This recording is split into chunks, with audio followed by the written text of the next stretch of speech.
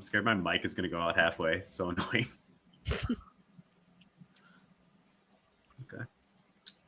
Okay. Stream is live. All right. We're here. We're live. Hello, everybody. And welcome to Lethal Portfolios. We're having a little dance here. Well, me and Tim are. Christina and Daedra aren't as cool, but it's all right. Welcome, everybody, to the Lethal Portfolios event put on by the Indie Game Academy. This is a semi-repeat, a spiritual successor to an event that we ran last year that we called Higher Divers, in which we both played the game Helldivers 2 and gave actionable, valuable portfolio and games career advice while getting killed by aliens. We had a ton of fun. It was one of our more liked events, and a lot of people learned a lot of great things. So we decided to run it again. This time we decided to go a little bit more indie with it. So we are playing the indie classic Lethal Company. Fun fact for you, the solo creator of Lethal Company made $7 million in his first 6 months live. Nice. Wouldn't that be nice? All right, so the way that this event is going to go, we are going to play good old classic Lethal Company. It's going to be a great time because the only one of the four of us who really knows what the hell we're doing is Daedra. Hi, Daedra. Hello. Both Christina and Tim have not played before. I myself have played exactly once for a couple of hours. It's going to be a little bit goofy. While we are playing Lethal Company, we are going to be taking actual questions about the game industry, getting hired in the industry, and more. And we will literally review portfolios. We're going to send each other links for us to review. So you can feel free to drop your portfolios in the chat. And if you have questions for games hiring, interviewing, or anything else related to getting employed in the game industry, you can drop them in any of the chats. We are watching them. And Ulysses, behind the scenes, hi Ulysses, is watching those and feeding those questions to us. So if you have questions about getting hired in games, please drop them. We have a couple that we're going to start with. Before we actually begin, we got to do a bit of a warm welcome to each of our guests. Why don't we start with Christina? Christina, would you like to say hi and tell us who you are? I'm Christina Drake. I am an industry recruiter. I've been in the industry for about a decade or so, between different industries and HR and then games.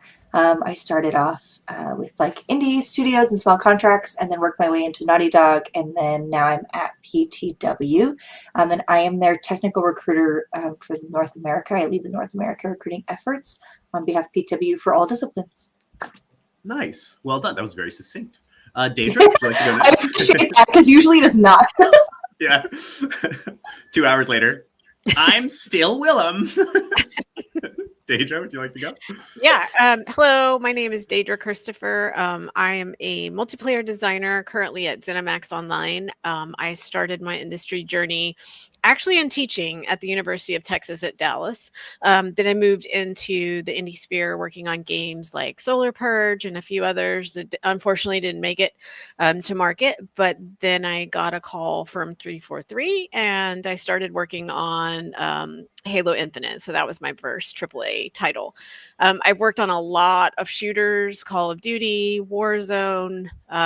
Yep. And now I'm at ZeniMax, and in my spare time, I'm either writing or trying to mentor and help people get into the industry. Amazing. And last but not least, Tim.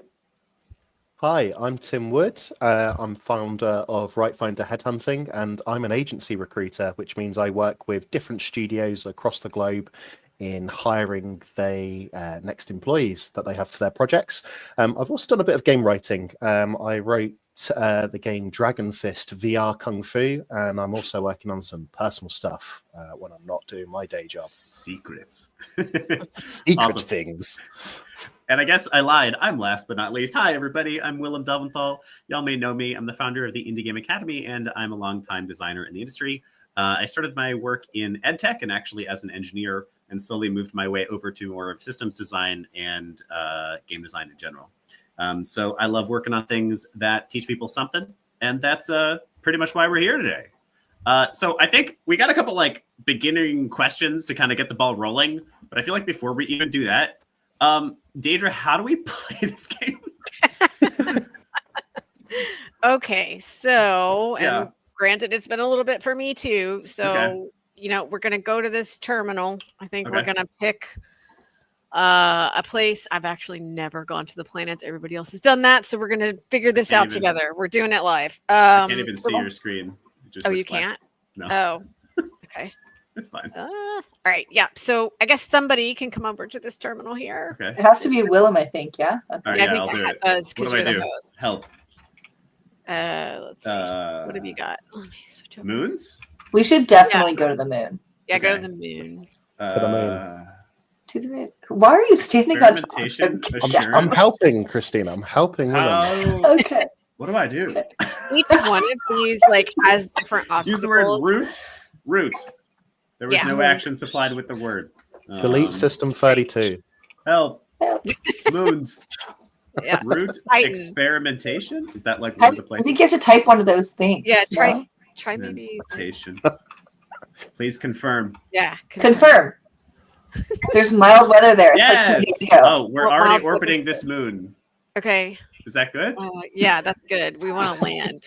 Okay. How do I land? Go back. Land. We're never getting out of this ship, are we? Land. No. Help. The company and all they did was sit on the ship. Maybe I should delegate this task to. No, not me. Wait, Oh, can we open? I'll do it. I don't know what I'm going to do, but I will Can do we- it. Can we open this? Because I think we're already here, right? I opened thought we it. were already here. We should just be able to open the door. I open the door. So maybe Hopefully we don't maybe I get did- sucked into wait. the vacuum. Sorry. Wait, I got you. everyone, I Oh, we have to promise pay transport fees. There's I gonna forgot be about that. there's gonna be brilliant portfolio advice in 1 second. And only one person can use this. Are you taking us there, Christina? Okay, we cannot get to where I wanted to go because we can't afford it. We need more money. So yeah, that's wait. exciting. I think maybe. Hold on, I got this. This is the So who has the money? one. I don't know. I've It's got not no money. me. This is supposed to be an escape for me. The game has got no money either. Great. Confirm. Oh, it's 0. Yeah. Ah, okay. We went to assurance. Oh, okay. Yeah. Okay. Are we there? We should be able to. Yeah, we should be able to open the door. Okay. Do we gotta wait maybe until we're still Yeah, landing? maybe it's landing. Yeah. Okay. Some really valuable, Gosh. Oh my gosh. Yeah. some really valuable stuff. One thing that we haven't talked about is how we're going to look at how we're going to look at people's portfolios while we're playing. With Yeah. gusto. We're just gonna do it. With special. Do we Hi, have to, like, Steven. Hi, open the Roberta. door? Yeah. Hi, everyone. Hi, Wendy. For anyone who is joining partway through, this is Lethal Portfolios. We are going to be reviewing portfolios as well as giving actionable games industry hiring advice in just a second. We're just trying to figure out how to get out of our spaceship. We would appreciate any help, actually. Any lethal- Get out of the ship. Please lethal tell us. company help. Go to the control panel and interact with the lever. Oh, yeah, of course. Open the door, y'all. Oh, start game. Cool. Got it. That's Did the that one. work? Oh, Did look it. at that. Thank you. Oh, yeah. Thank you. Who was that? Um, Thank you, everyone. We're here. Yes. All right. oh, look at that. We actually started the game. This is Okay. exciting. All right. Now that we are in the game, I'm going to start us off with our first question. So we've got 3 warm-up questions, and then from there on out, we'll be answering questions from the chat. Thank you to Pranjal. Amazing. So if you have questions about the game industry, about getting hired, about anything else, please drop them in the chat. We are watching literally all of the chats, and we will pull up some portfolios as we go, but we're going to start just with questions. Do I So just first go question. forward? Don't make me lead. So one of my warm-up questions is for you, Christina-Marie. And that is... Oh, no, we're starting with Daedra. Excuse me. Oh, Daedra, this Yes. one's for you. What is your 101, your introduction to resumes and portfolios in the game industry? So for portfolio specifically, my biggest tip is stay focused. You're a designer, you're an artist, you're not all of those things. So pick one thing and really focus on that, and make sure that your resume also reflects that. There's a lot of times where people will have, like, maybe they have their resume will list that they're a designer and a 3D artist, and maybe their portfolio is more indicative of being a 3D artist. So my recommendation is to always try to keep those materials consistent. That's a big. Oh, we didn't bring any flashlights or anything. No, we don't have any money. I had $60. I could have bought us some flashlights, probably. I think we collectively have $60 because I also had $60. Okay, yeah. Well, we'll be fine, probably. I think that's a great piece of advice. Actually, before I say anything, Tim or Christina, do you want to add anything to that? My biggest advice with resumes specifically is always keep it boring. And that sounds counterintuitive, but a lot of times our systems can't read fancy fonts, images, blocks, tables. So the simpler it is, the better it's actually going to be for you in the long run. And the likelihood that it gets into the system appropriately, oh yeah, I can't see shit. Found something. For a recruiter, is actually going to make your life a lot easier in the long run, even if it may not be as stereotypically like pretty. That would be my... Definitely. That's a good one. What about you, Tim? Oh, hands full. How do I... So I've just stolen an engine. Or something. I died. How do I... Oh, that was fast. Me and Tim have stuff. How do we... Can we, like, throw... Oh, Tim just jumped. Oh, he's fine. Okay. That's how I died. I jumped, and now I am done. Be careful. I think the main thing for me with portfolios is you want it to point to your other areas of online discoverability. Often if I'm looking through, let's say ArtStation as an example, and I see some really dope artwork and I've run out of ArtStation message credits, I might not be able to find you anywhere else to let you know about a cool opportunity unless you've got maybe your LinkedIn profile listed or an email or some way of getting in contact. So if you imagine that your portfolio, your resume, or anything else that you create is the sole thing a recruiter will see, make sure they can get in touch. Yes. Game question. How do I just drop this in the ship? How do I you drop it into the ship. Just walk it in. Try... God, I don't even remember. It's X. Oh, G. G. There we go. Yeah. Okay, great. G for drop. G for ground. Throw it on the ground. Yes, G for there ground. it is. My dad isn't a sandwich. Is that what it is? Anyway, I would definitely agree with that one. Cell phone. Indeed. I work with a lot of juniors, people who are just getting started in the industry. And one of the things that I see all the time is that people are excited to work in a lot of different spaces. They want to be a 2D artist and they want to be a 3D artist and they want to try a little bit of everything. But almost universally, I should have bought a flashlight. I'm going to buy a flashlight. Can we do that now? Life support? I'll be able to. Okay. We don't need flashlights. I have an important question. Yeah. Is this a PG? Oh, that's a great question. Let's call it PG-13. Maybe no So you operate under PG-13, yeah. Yeah. Great. I will do my best. But in general, you're only more likely to get hired if you are a specialist, especially as a junior. So specialize more than anything else. Jesus. All right. I'm spectating you, and it's just so funny. Second question. I wanted to see if I can buy a flashlight. Second question. I'll throw this to you, Christina, so you have something to do. Thank you for giving me purpose in life, as if I didn't already have a reason to exist. So we've made a brilliant. Actually, I'm going to throw it to Tim because it makes more sense chronologically. All right, you're gonna have to sit there for a bit. Great. Tim, we've now made a beautiful portfolio. It's specialized. It is beautiful and everything. But we need some help getting in the door. We need some referrals. How does one secure a referral and expand their network in the game industry? Sure. So the first thing to remember with networking is it's essentially relationship building. So it's not a case of kind of messaging someone and going, oh, hi, Willem, I'd like to network with you. It's literally just connecting with each other. So the first thing that I would do if I had my portfolio ready to go is I would maybe identify the people already working in the types of jobs that I would want to do.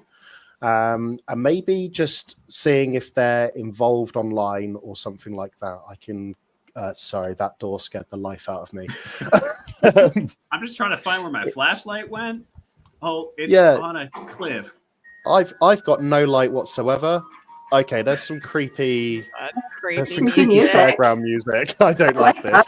Oh, that's a pipe. Embed in some online communities. Oh my god, I'm being chased. Run. Where's the flashlight? Oh my god, increase level. Oh no, I've got radiation all over me. I ordered a flashlight and it's not here? Sorry, where was I? Online community. So Discord servers like the Indie Game Academy. There are other Discord servers associated with the games industry and helping you out, such as Amir Satbat's Discord community. But there you can start finding people in a similar, what we call vertical to yourself. So if you're an artist, maybe there's some artists already in the job that could give you some advice. I would be careful how you approach people. Typically, it's not sort of, etiquette to just, if I connected with Willem and went, hey, can you help me out with all this stuff straight away? Maybe just give them some context when you're connecting. So it might be a case of something like, hi, Willem, my name's Tim. I'm looking to get into game design. I have made these kinds of games already, and I'm looking for advice specifically relating to Godot or Unity. So the more specific you are with your help request, the easier you make it for people to actually give you some assistance. I would literally just kind of work on it through dribs and drabs, build that relationship authentically and, really focus your time on it rather than playing Lethal Company. Yes. So else want to jump in? Because I'm completely lost and I want to get this thing I've stolen. I tried to get a flashlight, and for some reason the ice cream truck didn't give me the flashlight, and now I'm trapped. So you were the creepy music. I was the creepy music. I think that's great advice, Tim. One of the things that has made the biggest difference in my life and seems to make a lot of difference for others is finding mentors, and that is its own form of networking. And finding mentors is a lot easier than you think because people tend to be very willing to give their time. If you look for people who are just a couple of years ahead of you in their experience level, who are not the absolute biggest dogs in the industry, oftentimes, I am dead. Oh, I'm not dead. I'm alive. Then they're a little bit more likely. They're a little bit more likely. I'm dead now. They're a little bit more likely to give you some advice. And so reach out to those who are just a little bit ahead of you. If it's okay with you, Willem, there's actually a couple of questions that are popping up just as a... Okay. I'm sorry. Okay. Yeah, Okay. I'll mute myself for a bit. Oh, no. I mean, you can hang out. I was just saying there's a couple of questions that I wanted to touch on just because they were relevant, but now I can't go back there. So, okay, so someone said, what do you do in your downtime if you're between gigs or if you're a student, or if you've just graduated, what have you? Do the work that you would be doing if you were employed. Don't stay stagnant. So, I mean, whatever that is, if you're a designer, design things. If you are an artist, work on your portfolio. So whatever it is that helps maintain that skill set that is buildable, just don't stay stagnant with my recommendation there. And then someone said, on your resume, should you include links? Absolutely. Your resume should have a clickable link to your portfolio, your GitHub, your website, whatever you're utilizing to showcase your work. I would absolutely include that. And then the other question I saw that was important was, they said, I know when my resume is not formatted correctly because it doesn't parse. So the thing that I talk about a lot in my big resume spiel is you can tell basically a resume gets translated multiple times throughout the interview process by a computer, not by a person. And I don't mean AI scanned. I mean, it literally gets uploaded once and then uploaded again. That first upload, if you notice that things are not going in the right place, it doesn't parse the data correctly, your work experience is in the name field, etc., that means that there will be a critical error when it uploads onto the recruiting side. So that should be your first red flag for formatting. If it updates pretty consistently, 90%, 80%, great. It should show up fine on the recruiter side. But sometimes I get resumes that literally just have wingdings on the body, and I don't have time or energy or availability to go hunt you down to look to see if you're qualified. So absolutely go back to a more basic generic resume. Love that. Daedra, you were the only one alive if you didn't already Oh my God. notice that. No pressure. That's fine. No. You got it. It's okay. So- I am lost. I can't find the ship. Yeah, it's super dark. Go I'm still forward. confused. Now right. Okay, forward. Forward. bit. Okay. Left a bit. Right, Okay. you're in a corner. So Okay. turn left and now keep left a bit more. Okay, forward. Okay. Midnight Fedora, you Now asked a go question about specializations. Yes. And forward. I can't tell if you're Go asking right, about go right. like your discipline specialization or actual location. I So if think you I'm could- assuming it's discipline because that's what we talked about earlier. Okay. Yeah, so I would actually wanted to jump on to one of those questions from earlier. Yeah. Hey, I think we did it. We did- Or we didn't. Wait, well, we got 2 pieces of trash. It's okay if we're dead, right? How did we come back alive, Daedra? How did we get Daedra's champion. life? Dead. I'll be dead. Oh, most profitable. Oh no, I'm missing. Oh, No survivors. Oh, you died too? Oh shit. So we don't get anything. I'm an intern. Cool. No Yeah, we bodies recovered. 36. Are Yeah, we we- supposed to find each other's bodies? You can, I think. You can and bring them back, and that'll actually help you Oh. out. So there's a question earlier about how you gain experience when you are in between jobs. There's a really simple 2-step process that I recommend here. The first step is to go and look at job descriptions of roles that you really want and cross-correlate those. So look at a minimum of like 5 of them, as many as 10 of them, and record what skills and tools are most commonly being asked for on these different job descriptions. And then grab a team of people that you trust. If you don't have them yet, jump on some random teams. You'll start to identify people you really like working with. And then if you do have people you can work with, grab them and build small scale games, no longer than a couple of weeks, that help you practice those skills that you can actually, that were on the job descriptions. And actually launch those games, make them playable from start to finish, make them teeny tiny. But like if you're trying to practice shaders or something, make some super cool, tiny game with awesome shaders or whatever else. And you can do that on any role. I was in a call with a project manager today, and he was like, I feel like I can't work on games because I'm not getting project management experience. Yes, you are. Make sure you've got a big enough team and then project manage that shiz. And that's it. All right. We've got one more starter question, and that is for you, Christina. How does one, we've now made an awesome portfolio. We've now networked, and we had somebody help us get a referral, which with a referral, you're about 14 times more likely to land the job. And we actually landed an interview. The fated hour has come. How do we make sure we totally kick ass in an interview? Yeah, so first thing I would say is prep as much as possible. So make sure that you're confident in some of those sticky questions. Questions like, what are your biggest strengths and weaknesses? Tell me about yourself. Tell me about a time when.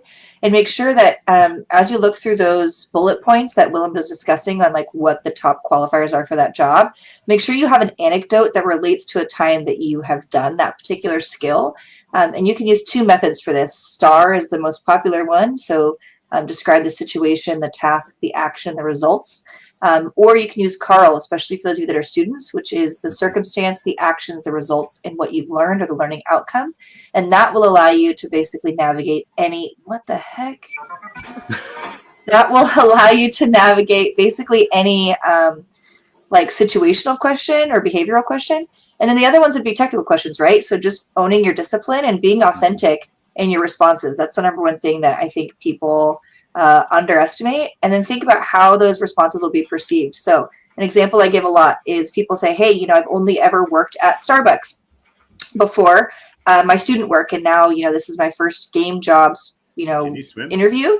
I don't know, but I'm afraid to try because last time I jumped and I died. So I'm just not going to do it. Go around.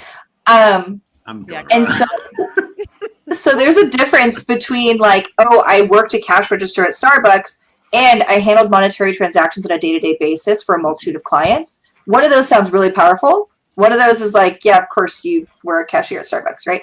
So think about ways that you can position yourself in the best possible light for every answer. And you won't know, right? No amount of preparation will prepare you for every single question, but the more you can think about examples for them, the more confident you will be depending on how it's worded. So yeah. Are there lights to turn on inside these buildings or something? Because we don't have enough money for a flashlight. Well, here, there's a button. Oh, it doesn't do anything though. I found a screw. Yeah, if feel you like I'm gonna take die. any like junk back, then we can sell it. We should have just left once we got those 2 engines last time. All right. I'm going to start hitting up some of the questions from the chat. We're at 6:30. Remember when we were like, we're going to look at portfolios, and then we didn't. Yeah, no, we will look at portfolios. I'm going to start with some Wow. questions. And then I Alright. think, Ulysses, Oh, no, actually, I'm this is a being- question for you, Mr. Behind the Scenes. Can I share my screen on my Mac so we would see both screens, the game and the portfolio? That seems like maybe the best way to do it. We're going to do a couple questions while Ulysses figures that out. I'm going to go with, let's see, Tadine's question here from YouTube. Tadine asks, is it better at the moment to make your own indie game or keep applying to every job opportunity during these troubling times within the industry? Run it one more time. Is it better at the moment to make your Uh-huh. own indie game or to keep applying to job opportunities during these troubling times? I'm crawling on the ground, but as a recruiter, I'm gonna say, don't ever stop applying to roles, right? Mhm. I would say do both, right? Yeah. One of the things is you can't realistically spend 40 hours a week Okay. like applying to jobs. You could, but it's not really the best method. It's not really the best method. Who just walked into me? Me. Oh, okay. It's not the best method, right? So I would take a very pointed approach to your jobs and what you're applying to. And then I would also make an effort to continue to work on things that make you happy and fulfilled and can be used on your portfolio later. So I would say it's a little bit of both. It's not one or the other. It's as an employee who is currently unemployed, right? You are your own boss, and it is your job to get a new position, and you can do that, through whatever avenues, but you need to micromanage yourself as an unemployed employee, if that makes sense. Yeah, I think that one's great. This is an area that I spend a lot of time with. Oh my jeebus, I'm getting eaten. How do I avoid getting eaten? Run. I'm running. I was like, I'll finally have something to sell. What is it doing? Oh, I had one of those on my head, but it eventually just jumped off. I Does it didn't stop? die. It jumped off. What is it doing Yeah. to me? I feel uncomfortable. Oh, there's a person here. Hi. Who's this? Okay, so yes, the short answer to that is work on both. There's no reason you can't, especially if you don't currently have work. Obviously, time management is real, and like having enough time to not go crazy is real. Oh, I see it like steers me in weird directions. How do I climb the ladder when I have crap in my hands? Do I have to, like, throw stuff out? E. No, but when I have crap in my hands, I like can't Oh, it let me climb. There's no reason you can't do both, though, as long as you can emotionally handle it. So what I would do is, while you're applying, don't stop applying. That's the most important thing. That's going to, change your life. But definitely have a game you can continue to work on, and just keep those really small is the thing that I'll say over and over again. A released game is more valuable than something you got halfway through. You can have 1,000 partially finished games, which most of us do, and it won't be as valuable on the actual portfolio as a single completed title. So just keep applying while working on something little that lets you practice one of those important skills. All right. Okay, Alec has a question for you, Daedra. Oh, yes. Alec asks, question for Daedra, what are your thoughts on indie multiplayer games? My team has completed a playable demo for a deduction-based battle royale. How would you pitch this to a potential publisher? So that's a great question. One of the first things that I would do is make sure that you understand your unique selling points. And as you get ready to pitch the idea, you want to keep it to one page. I know a lot of people will have these like massive presentations, but usually in the beginning, most publishers just want to know, like, what is the one sentence that defines your game? Mm-hmm. And it's important that you understand that, even if later you go on to create an entire pitch deck that you present to them. Usually they will give you a general idea of what they're looking for in a pitch deck. But understanding, the USPs of your game is really important, I think, first and foremost. And then just... And what is a USP for... Oh, unique selling point. Yeah, nice. Unique selling point. Sorry.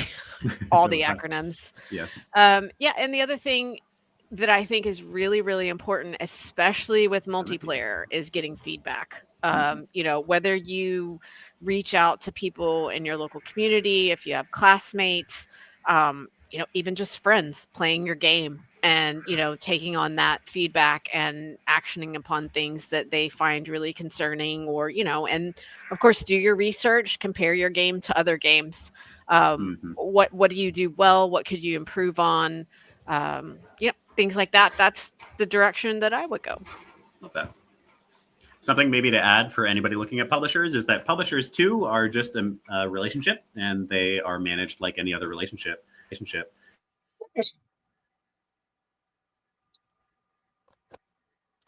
We've lost your audio, Willem. Willem, we lost you, and I died.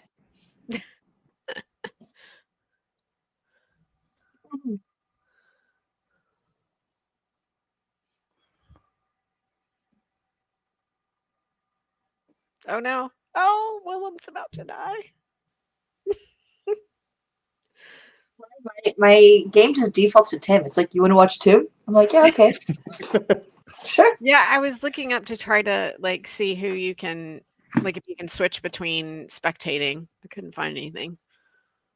So wait, everyone's watching me now? I'm watching Willem. And I watched you. I'm on the ship just because it's getting you're not late. Yeah, you're like on the catwalk. Strut. Yeah. Strutting my stuff. One thing that I was going to jump in with earlier, when you're applying for jobs, I usually group my job seeking tasks by three things. One is applying for the jobs themselves. Two is something that will help me develop a skill further that will help me get employed. And the third is taking the time to care for myself, whether that's sleep, whether that's eating, whether that's going outside and getting a bit of sunlight. Because then if I get bored of applying for loads of jobs, I can switch to some skill development. If I don't have the bandwidth to do skill development or applying for jobs, I've kind of given myself permission to look after myself and kind of bring myself to a point where I'm most optimal for going forward for opportunities. So that's something you can consider. Hey, open the doors. Can y'all hear me again also? Yeah. Yes, welcome back. If you right mouse button and hold, you can leave early if you want. Okay. Yeah, I mean, we got two whole things and you two are dead, so... Right, also, Christina E will change to who you want to. I don't think it will. Oh, it did. Oh, it did for me. Do I start? Well, I don't have E. Well, I mean, I guess I could switch the keyboard, but Tim just did it. I was going to throw it on the publisher one. Something worth mentioning is just like any other relationship, publishers are relationship management. So it's sort of, there's maybe a conception that I'm going to hit the pitch meeting and I'm going to be like, here's my cool deck. And then at the end of this, I'm going to get a deal or I'm not going to get a deal. That's often not how it works. It often takes many conversations and many months. We got an F. Sometimes you'll start with just little conversations and build from there. All right. We're not going to meet our quota. That's okay. This is a learning experience. Okay, we'll put it under the learning outcomes in the Carl method. Can't afford flashlights. All right. I've got a question for... I'm going to start with you, Tim, since you have been our resident networking professional. Sebastian asks, so referring back to the idea of connections with active industry pros, when you have built a couple of combos with them already, how should we ask the big question? Can you take a look at my work? Or sure. I would say the big question really is can I have a referral? Yeah, the big question, I think if you want someone to have a look at your work, you've built a bit of rapport over time with them through conversations. Are we going to go sell stuff? It would probably be, for me, I'd just say something like, hey, Christina, I know things are absolutely wild in the industry right now. Would you have capacity to answer maybe 2 or 3 questions I have about my portfolio? Here's where my portfolio is at the moment. And, these are the pieces of work that I'm looking for this specific input on. So it's not about going, hey, have a look at my portfolio. Can you tell me what you think? Instead, phrase it something like, I'm applying for these jobs and I'm thinking of using this portfolio. If you could change maybe 1 or 2 things about it, what would you recommend? So that you can then lead into a more long-term conversation with them about it if they have the capacity to do that. They may well be open to doing like a short video coffee call with you where you can screen share and talk through your stuff. But I would lead with a specific question. That's the most kind of helpful question for me as a recruiter. I do get a lot of messages kind of out the blue where someone's like, hey, here are all my writing samples. There's like 100 different things I've got to wade through. And I'm kind of thinking, how am I best placed to help you? So I think a specific question that also acknowledges they might not be able to do it there and then, and just being mindful of their time. But of course, anyone else has some input, please jump in. I think that you nailed it, right? Like it should be a micro question to start and specific. So, you know, hey, I've been working on this character. I really am proud of this, and this. You know, what would you say would need to be improved in order to get a job at this studio? Like that's something that's very bite-sized. And I'm much more inclined to be like, hey, yeah, I love this, but I think that most of my team would look for something with maybe a little bit more like stylistic character, right? Like maybe they want more wear and tear on a garment, or maybe they want more park marks on the skin, or maybe they want something more stylized, right? Like that's a very easy ask. But giving me your portfolio and saying, hey, what do you think? Or can you give me advice is like a lot. Like, I'm like, okay, that's just kind of a time suck that I don't always have. Keep ringing the bell. Do we just keep ringing it?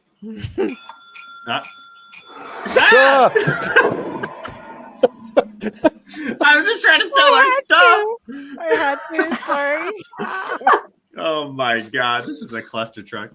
Yeah, I don't think there's much else to say besides that. I think don't be scared is maybe a part of it. I think so many people, especially earlier in their career, like get scared to start or get scared to reach out to people, get scared to ask for help.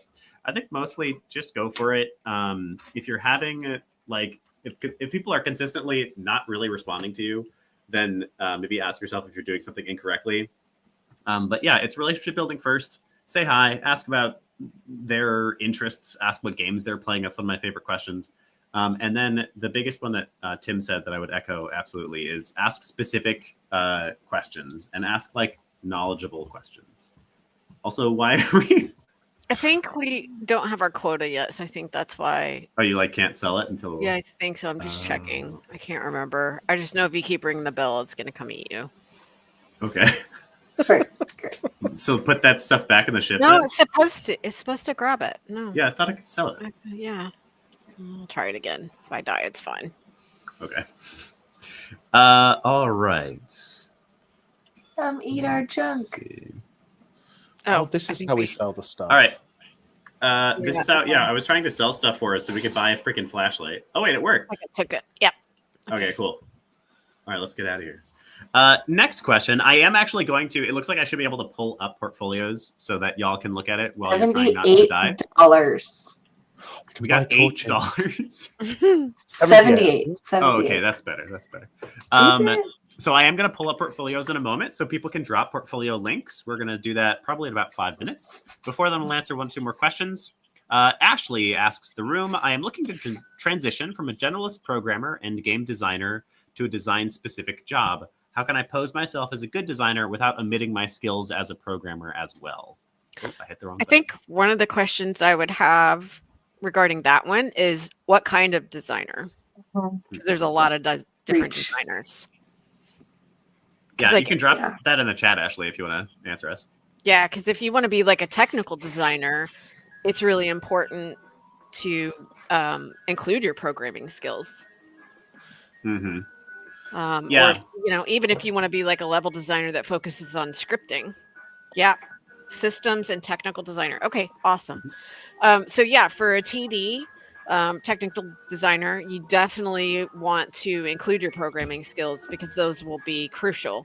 But other things that you want to include is like if you have any engine experience, like if you've used Unreal, Unity, etc.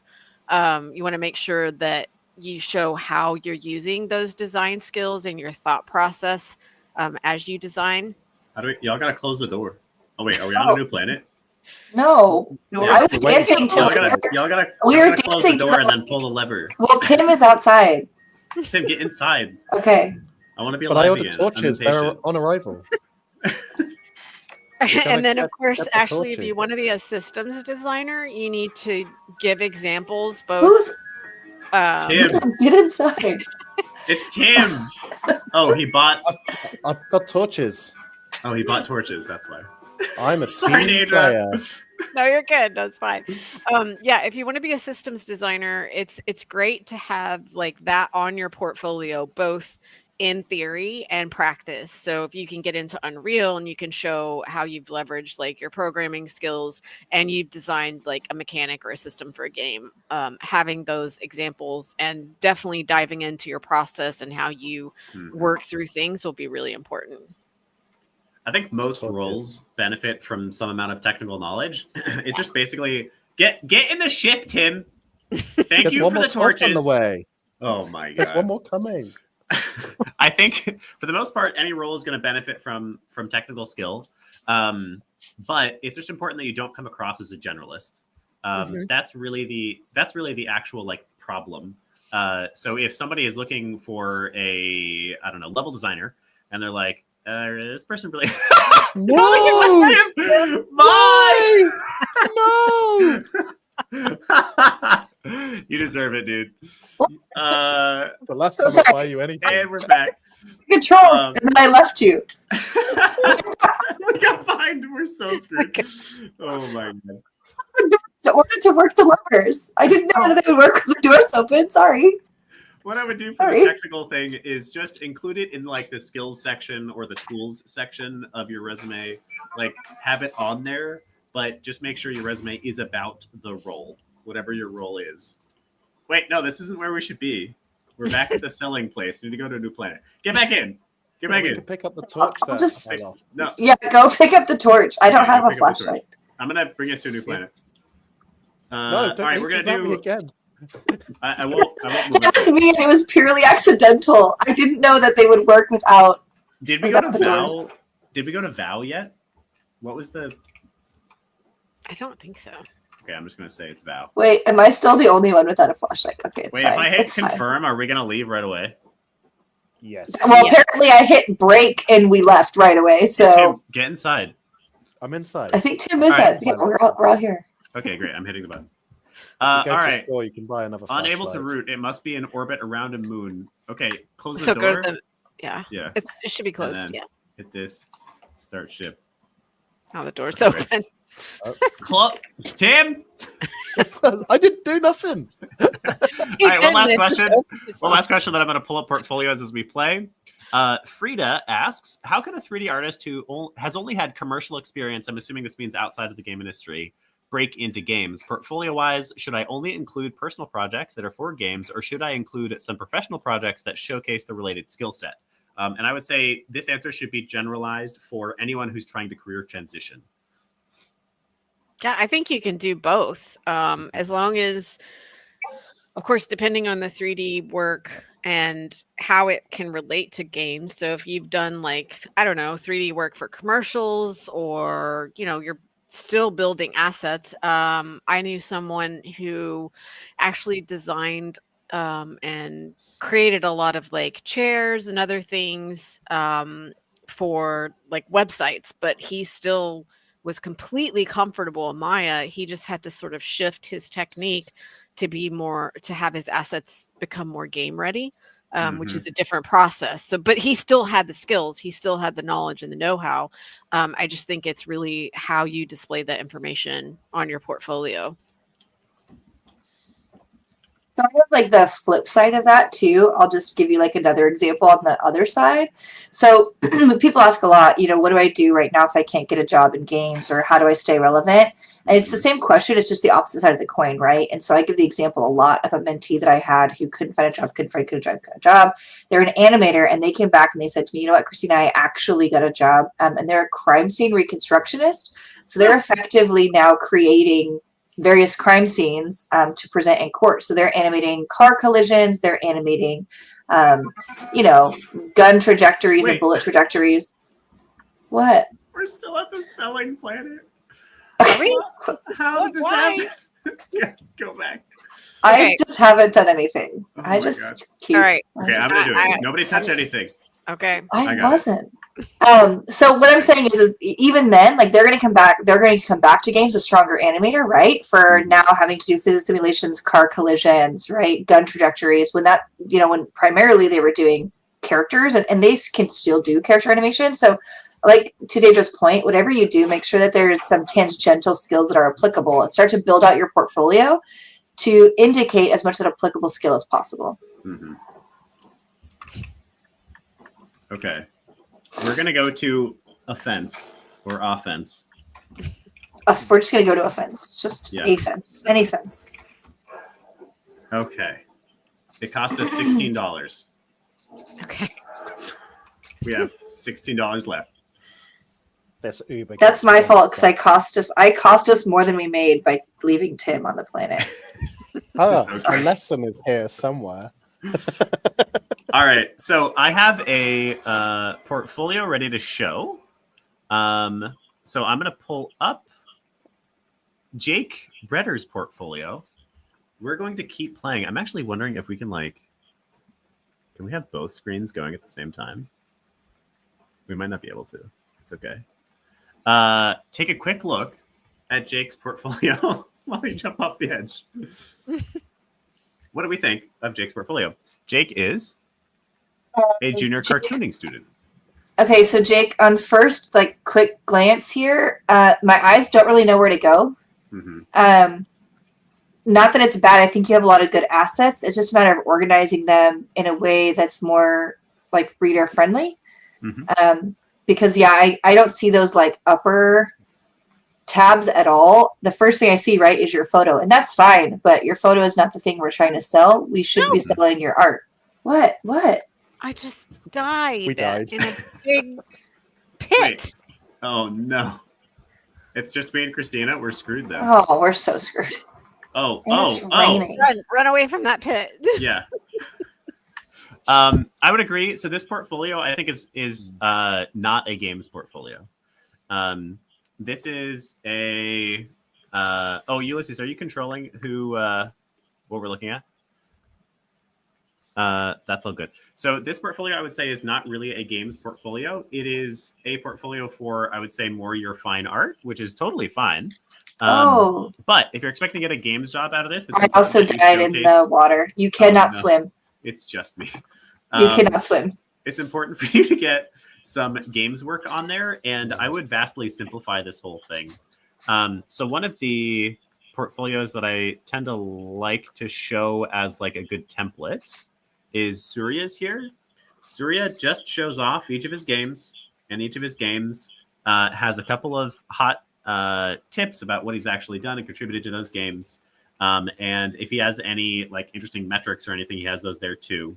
And it's just about the games. And then you are able to read more about that game if you wish, showing in particular the processes that he went through to create those games as a designer, as well as the problems that he solved.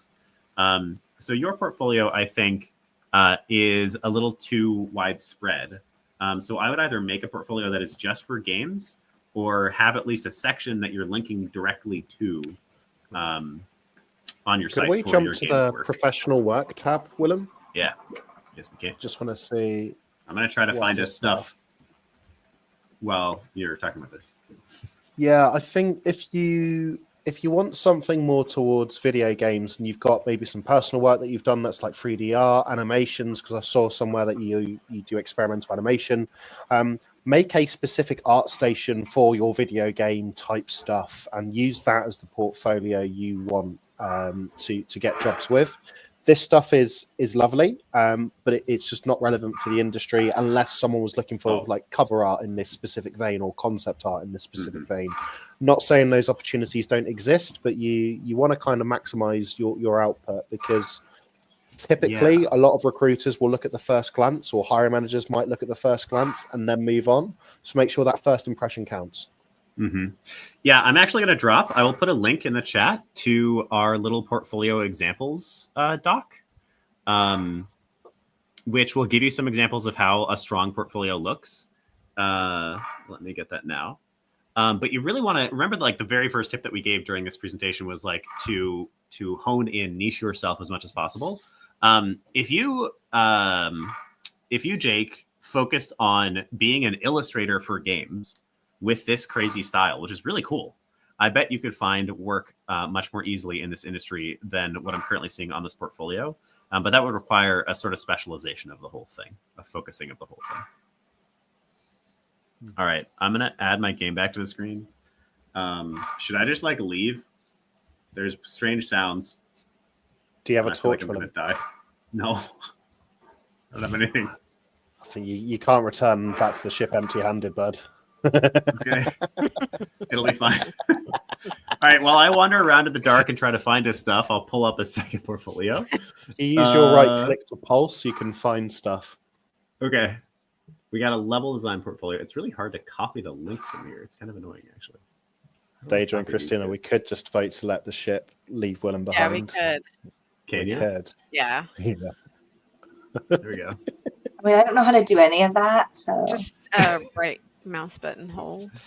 right trigger. Cool. Goodbye. Oh, no. I'm trying to find a portfolio to look at. Just drop your links to your portfolio in the chat. It's just a little bit annoying to copy the actual links from our stream view. Are we using the YouTube comments for this? Yes, all of the... if you look in StreamYard, you can see all of the comments from all of the different channels. All right. You have to click into... Yeah. Which one is the... So silly. So versus private chat, if you go to comments on the top right of the stream, Here. on our side, on the show side. Yeah. I have see one new that? one here. Which one was the level? From design CJ one? Sharkey. I have it up now. Okay.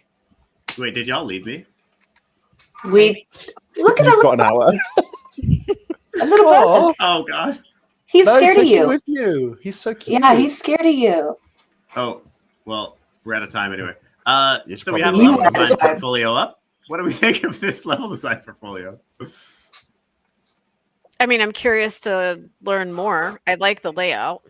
Yeah, I think Open on one of them. first glance it looks really clean. Yeah. So that's Yeah. good. Yeah, we like that. Oh, Ruby Shark. I know all about Ruby Shark. Ruby Shark's actually a really cool example. It's a group of, I think, like 70 people who came together just as a volunteer project. Oh, nice. Really genius way for people to be getting work and experience in their There's Okay, a lot of text here. That's so much text. I actually love it. Really? I This do. is so look I at died. well, maybe it's because it's on the We lost. stream. But Yeah. it's so hard to read. It's little and it's just so Mhm. much text. I I do think like that might the be the key stream. features. Maybe the if you go up a second, yeah, maybe the company intro could be a Mhm. lot less. But I do like the project details. You tell me exactly how many people, what your role was, what your engine was, where I can find it, and then the key features I think is nice. So here's my question: Is if this is what is they've listed out for one, what is their resume look? Can you go to the resume tab? Yes.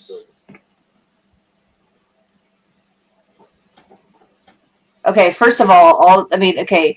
So I give this advice too. So one, this is fine because you have it attached to a portfolio. Mm-hmm. I think the yellow's a little harsh personally, but I appreciate that you have a personal brand signature color. I am a big fan of having a signature color, as everyone knows. It has its own hex code. I'm all about it, right? So I'm here for it. I would not put this as your resume if you're applying to a job, right? But if you're going to put this as the cornerstone resume on your portfolio or attached to your LinkedIn for a recruiter to download, that's fine. I personally find the layout a little bit hard to read. And again, I think it just feels like almost too full personally. Like I would still read it, obviously, but on first glance, it's a little overwhelming. I would like to see maybe a little bit more white space. And again, maybe just the yellow is a little too intense on first glance. But I was just curious because you have so much listed out under each of those some clickables on your portfolio. Like I was curious how much that is translating over or using that as an extension thereof. Can you see the printer friendly? Wait, he has a printer friendly version, or they have a printer friendly version. Oh, where did you Go see back to that? resume. Go back to resume. Then there's like a little thing at the top. No, very, very top. There's a little sentence. Oh, Okay, the fact that it's taking us this long to find it, though, like again, no, it's also not any different. It looks Yeah. the same. Oh, okay. Yeah, see, so if that were to take me to like just a really simple black and white, super Text clean, only, yeah. ATS friendly, I would be interested in seeing that. But Something that I would always be tell my mentees too is if you need to balance the information, like people want the high level stuff, but you need to save stuff for your interview. You don't want to just like info dump everything kind of in your resume either. I don't, you guys are the recruiters, you may know better than me in regards to that, but that's kind of how I feel because I want to have something to discuss with them when we're actually in the interview process. When I'm looking at resumes, sort of if I'm doing it for, family or friends, I always look to kind of sell the sizzle, so to speak. Mm-hmm. So I would kind of look at your top 3 or top 4 things per role on your CV that you would want to get across, and the rest can come later. Because when I'm looking at a profile, the kind of psychology I have is I'm looking for evidence that I can use to convince my hiring managers that you're a good fit. So you need to be going with the top things first.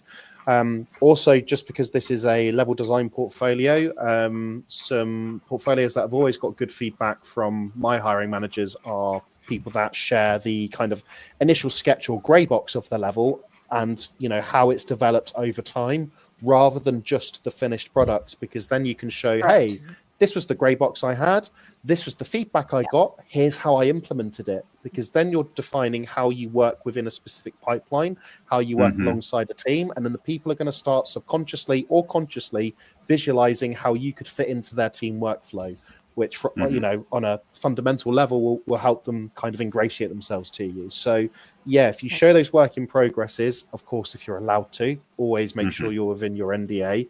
That can really help elevate your portfolio. I think overall, though, I like how much detail you're giving for the most part. One of the reasons I like that the example that I showed earlier, Surya's example, is because he has both a high-level view and then a detailed view. So he has a view where you can see each of the games that he's worked on with a couple bullet points with like the really high level, this is what I did, this is how I contributed. And then you can click into the game and get more detail like this. And all of this is great, more detail, but I think this needs to be like optionally accessed rather than having this be something somebody is forced to look through to learn the information about you. All right, I'm going to pull us back into the game for a second. We'll look at 1 or 2 more portfolios. We're at 0 days. Are we just doomed now? I just died in water again. Oh, good. I just had the pop-up new creature data sent to the terminal, and I'm alone in the woods, and I can't see anything. No, I scanned. Oh, my oxygen is critically low, and I don't know. Wait, we have oxygen. Oh, you can swim. Hold on. How do you swim? Oh, well, I died. Well, it doesn't matter. I drowned to death. Is it just I scanned a little creature. I scanned a little creature in the woods. And then I jumped in a lake and died because I didn't know how to swim. I'm afraid. It was fine. It was cute. It was like a beetle. How horrifying. Oh god. No. I would have preferred it be a bat. I fell and died. Tim, last man standing. It's the ship. Wait, how do I swim? You're supposed to get to the edge and then crawl out, supposedly. That's what I did. I jumped. And it did not matter. Time to look at another portfolio. Let's see. It's just mist. Art station. This is like where I actually live. It's just wet and foggy. All right, we're gonna look at Malgorzata's portfolio. Let me pull that up. Oh, what's this? I have found a concrete block. Oh, I love Yay! A journal entry. Hell yeah! All right. Oh, sugar. I'm trying not to swear. Where am I? And by the way, I'll drop the link to our portfolio resource. Ulysses, if you would drop this on LinkedIn for us. Oh, wait, that is not right. It's just Google Drive. What the hell? Hold on. Yeah. Who chose this moon? And this one. There you go. That is the link for our example portfolios list. So you can take a look at that and find some inspiration. All right. I'm going to share. Are we even able to win at this point, though? Because we have 0 days left. It told us to go sell stuff. I'm not dead yet. I'm trying to find something in this woods that's not a tree. All right. Well, while Tim stumbles around aimlessly, You might find beetles, Tim. here is Mulgarzata Mika's portfolio. This is a concept artist and illustrator, and it's an example of an art station. What do we think of this one? Oh, I love ArtStation. Yeah, me too.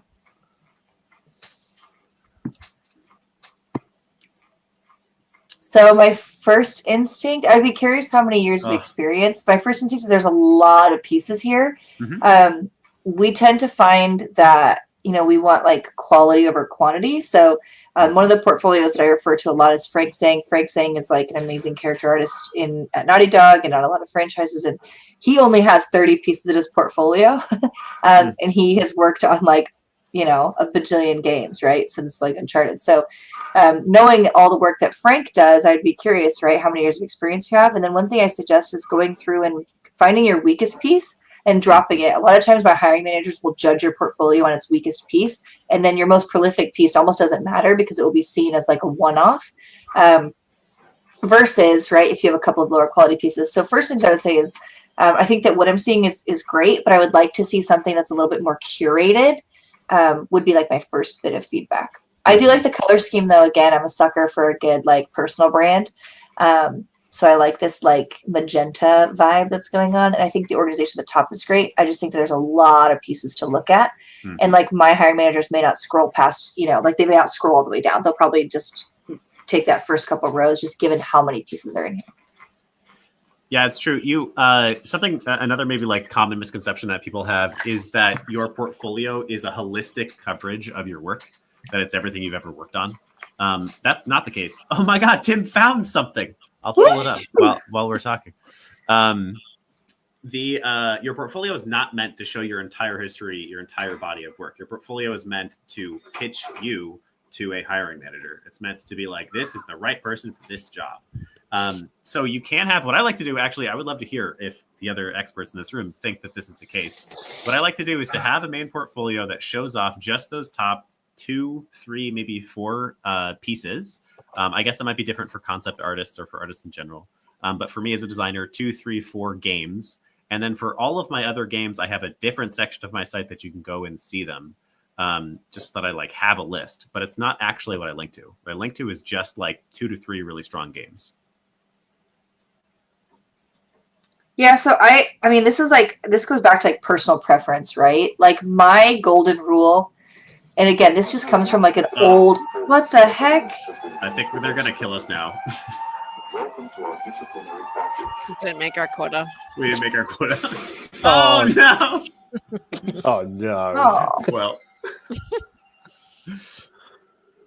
You're fired. Out the airlock, cat bug. The airlock.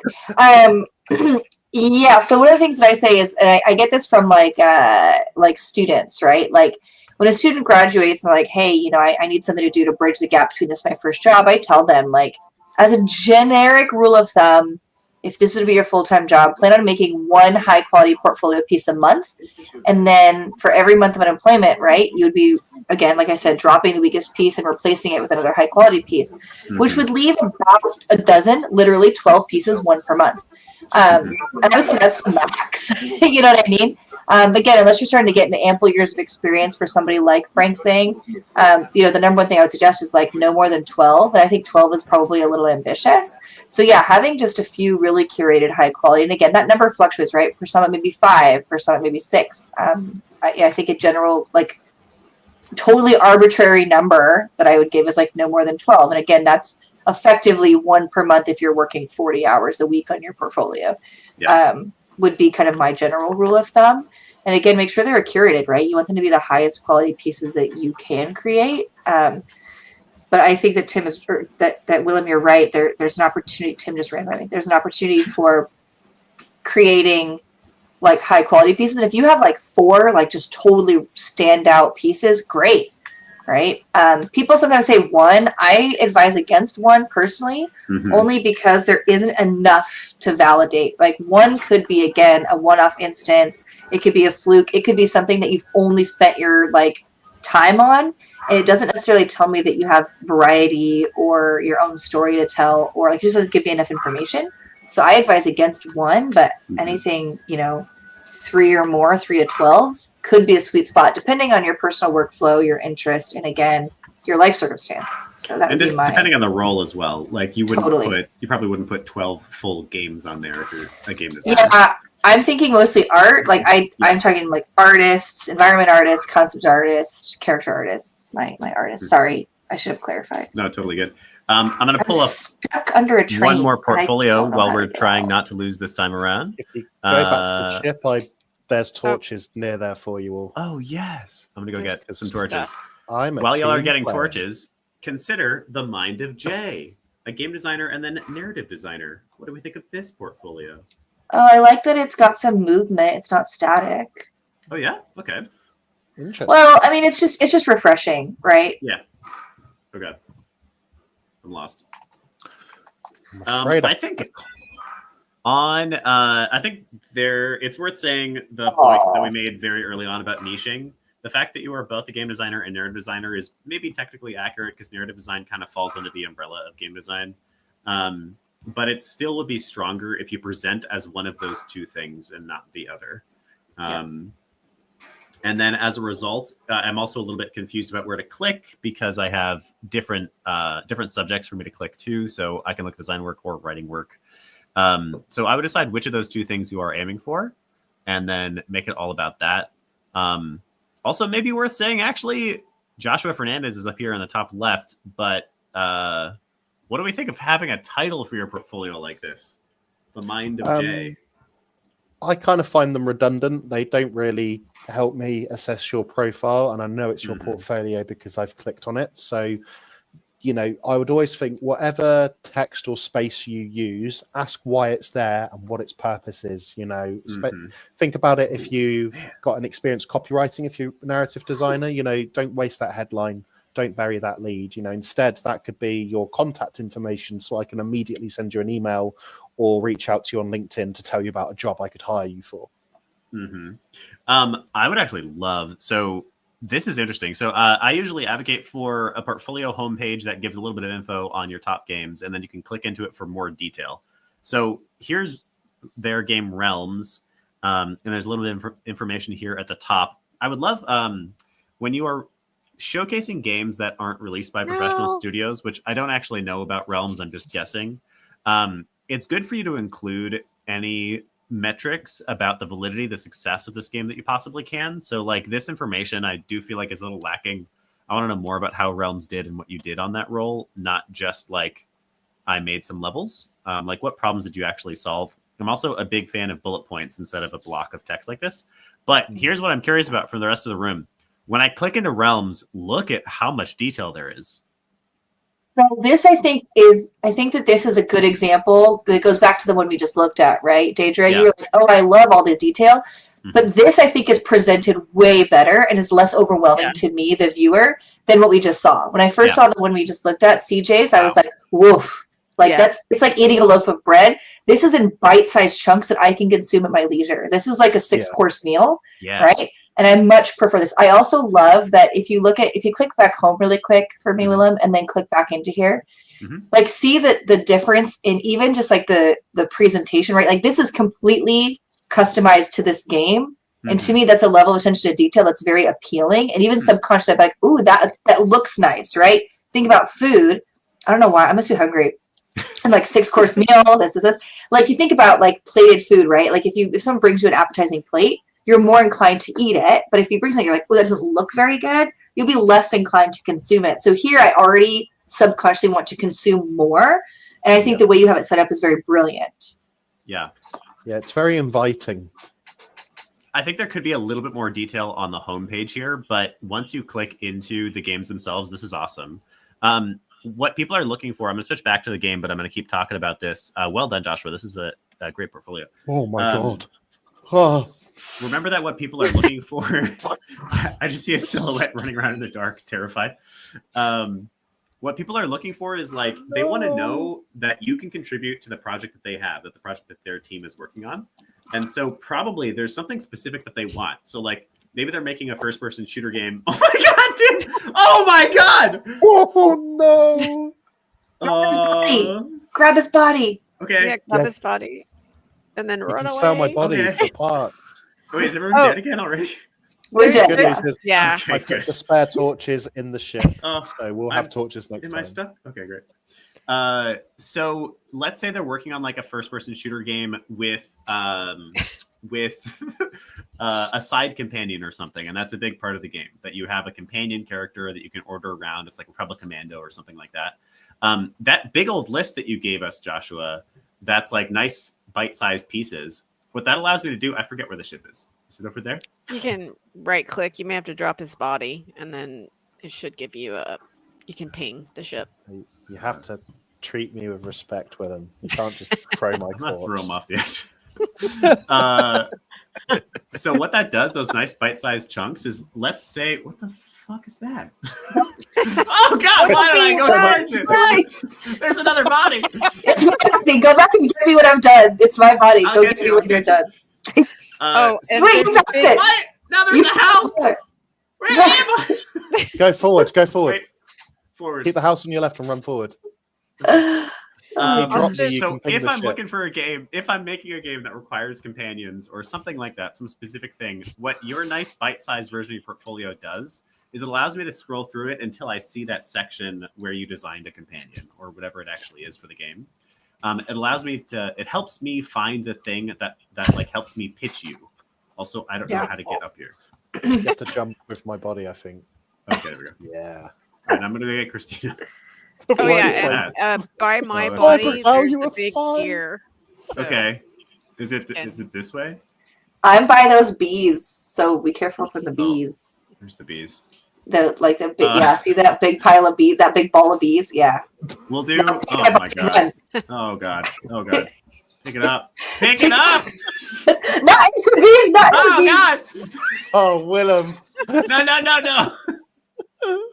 Okay, we're okay. We'll probably do like one more portfolio. We have about 20 minutes left. We're gonna do a little over 10 minutes, and then we'll do the sort of wrap up for the day.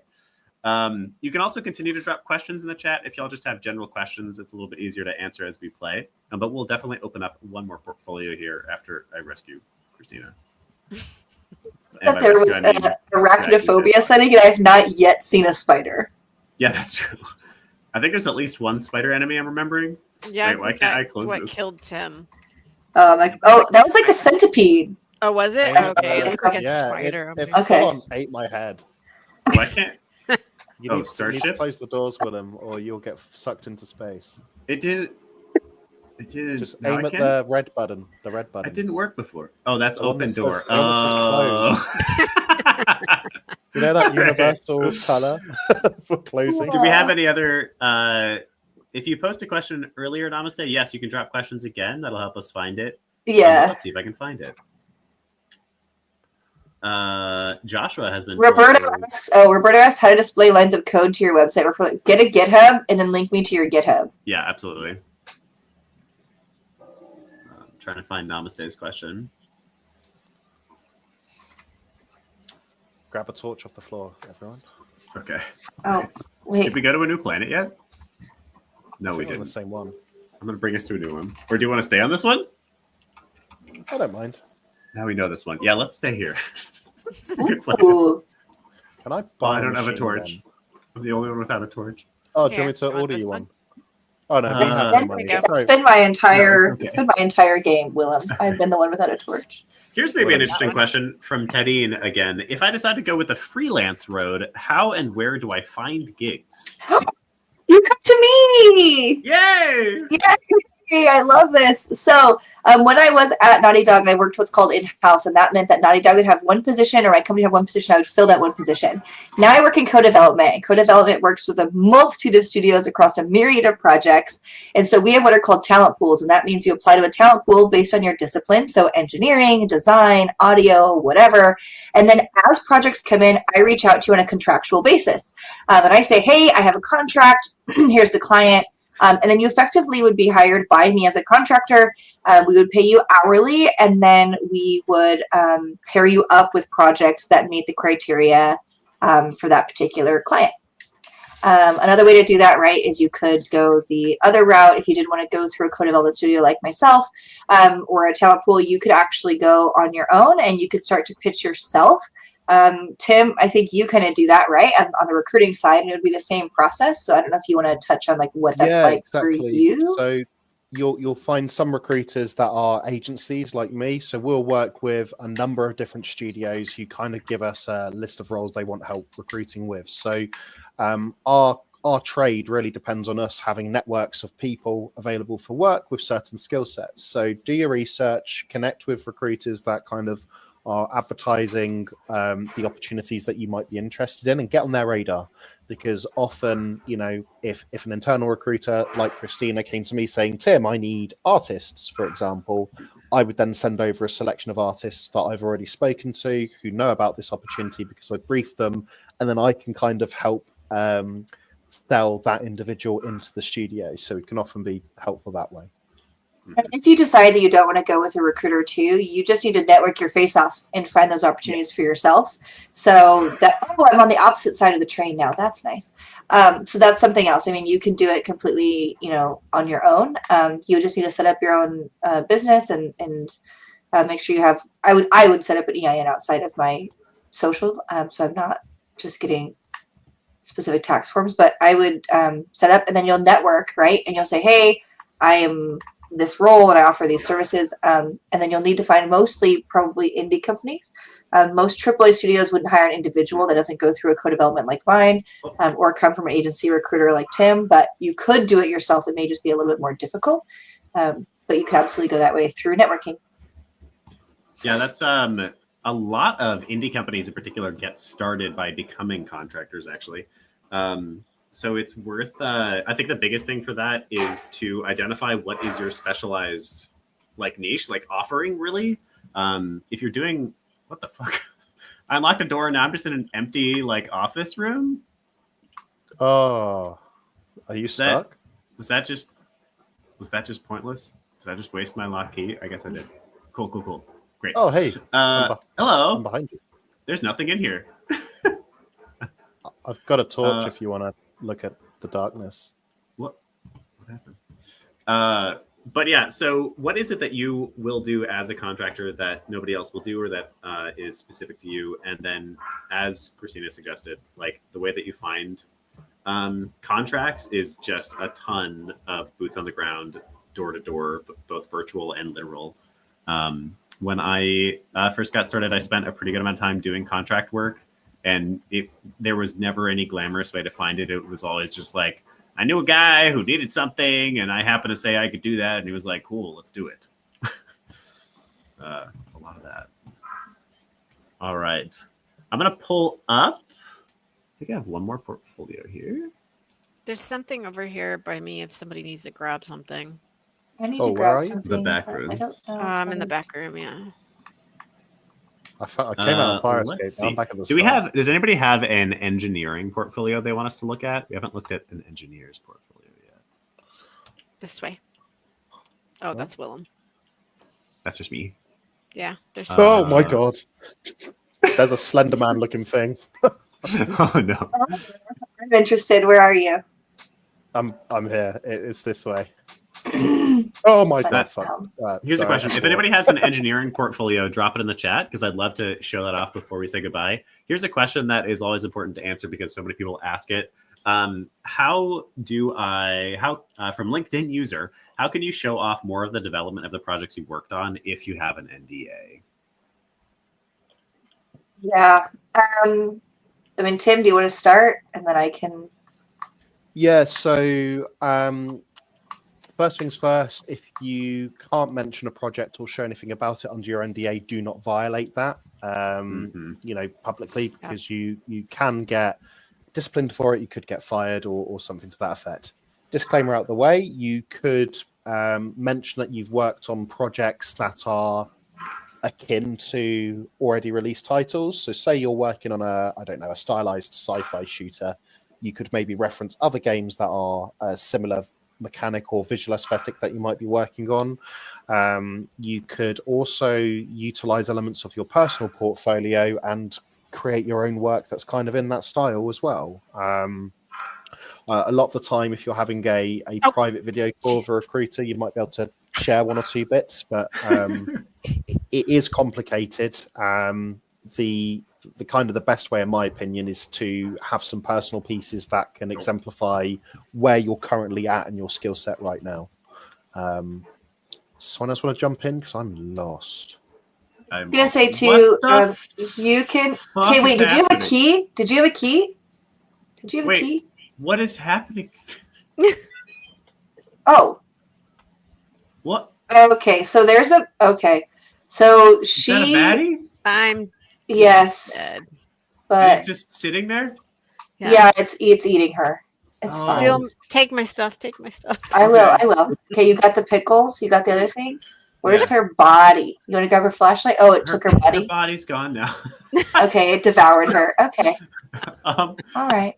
As far as I was going to say with the NDA thing, indicate somewhere that you have additional assets available upon request. Yeah. That's usually a pretty good indicator to us you have something under NDA. And then you could, so long as you have permission, you've got the proper channels, you could potentially share that to us individually, right? On a recruiter screen or a hiring manager screen.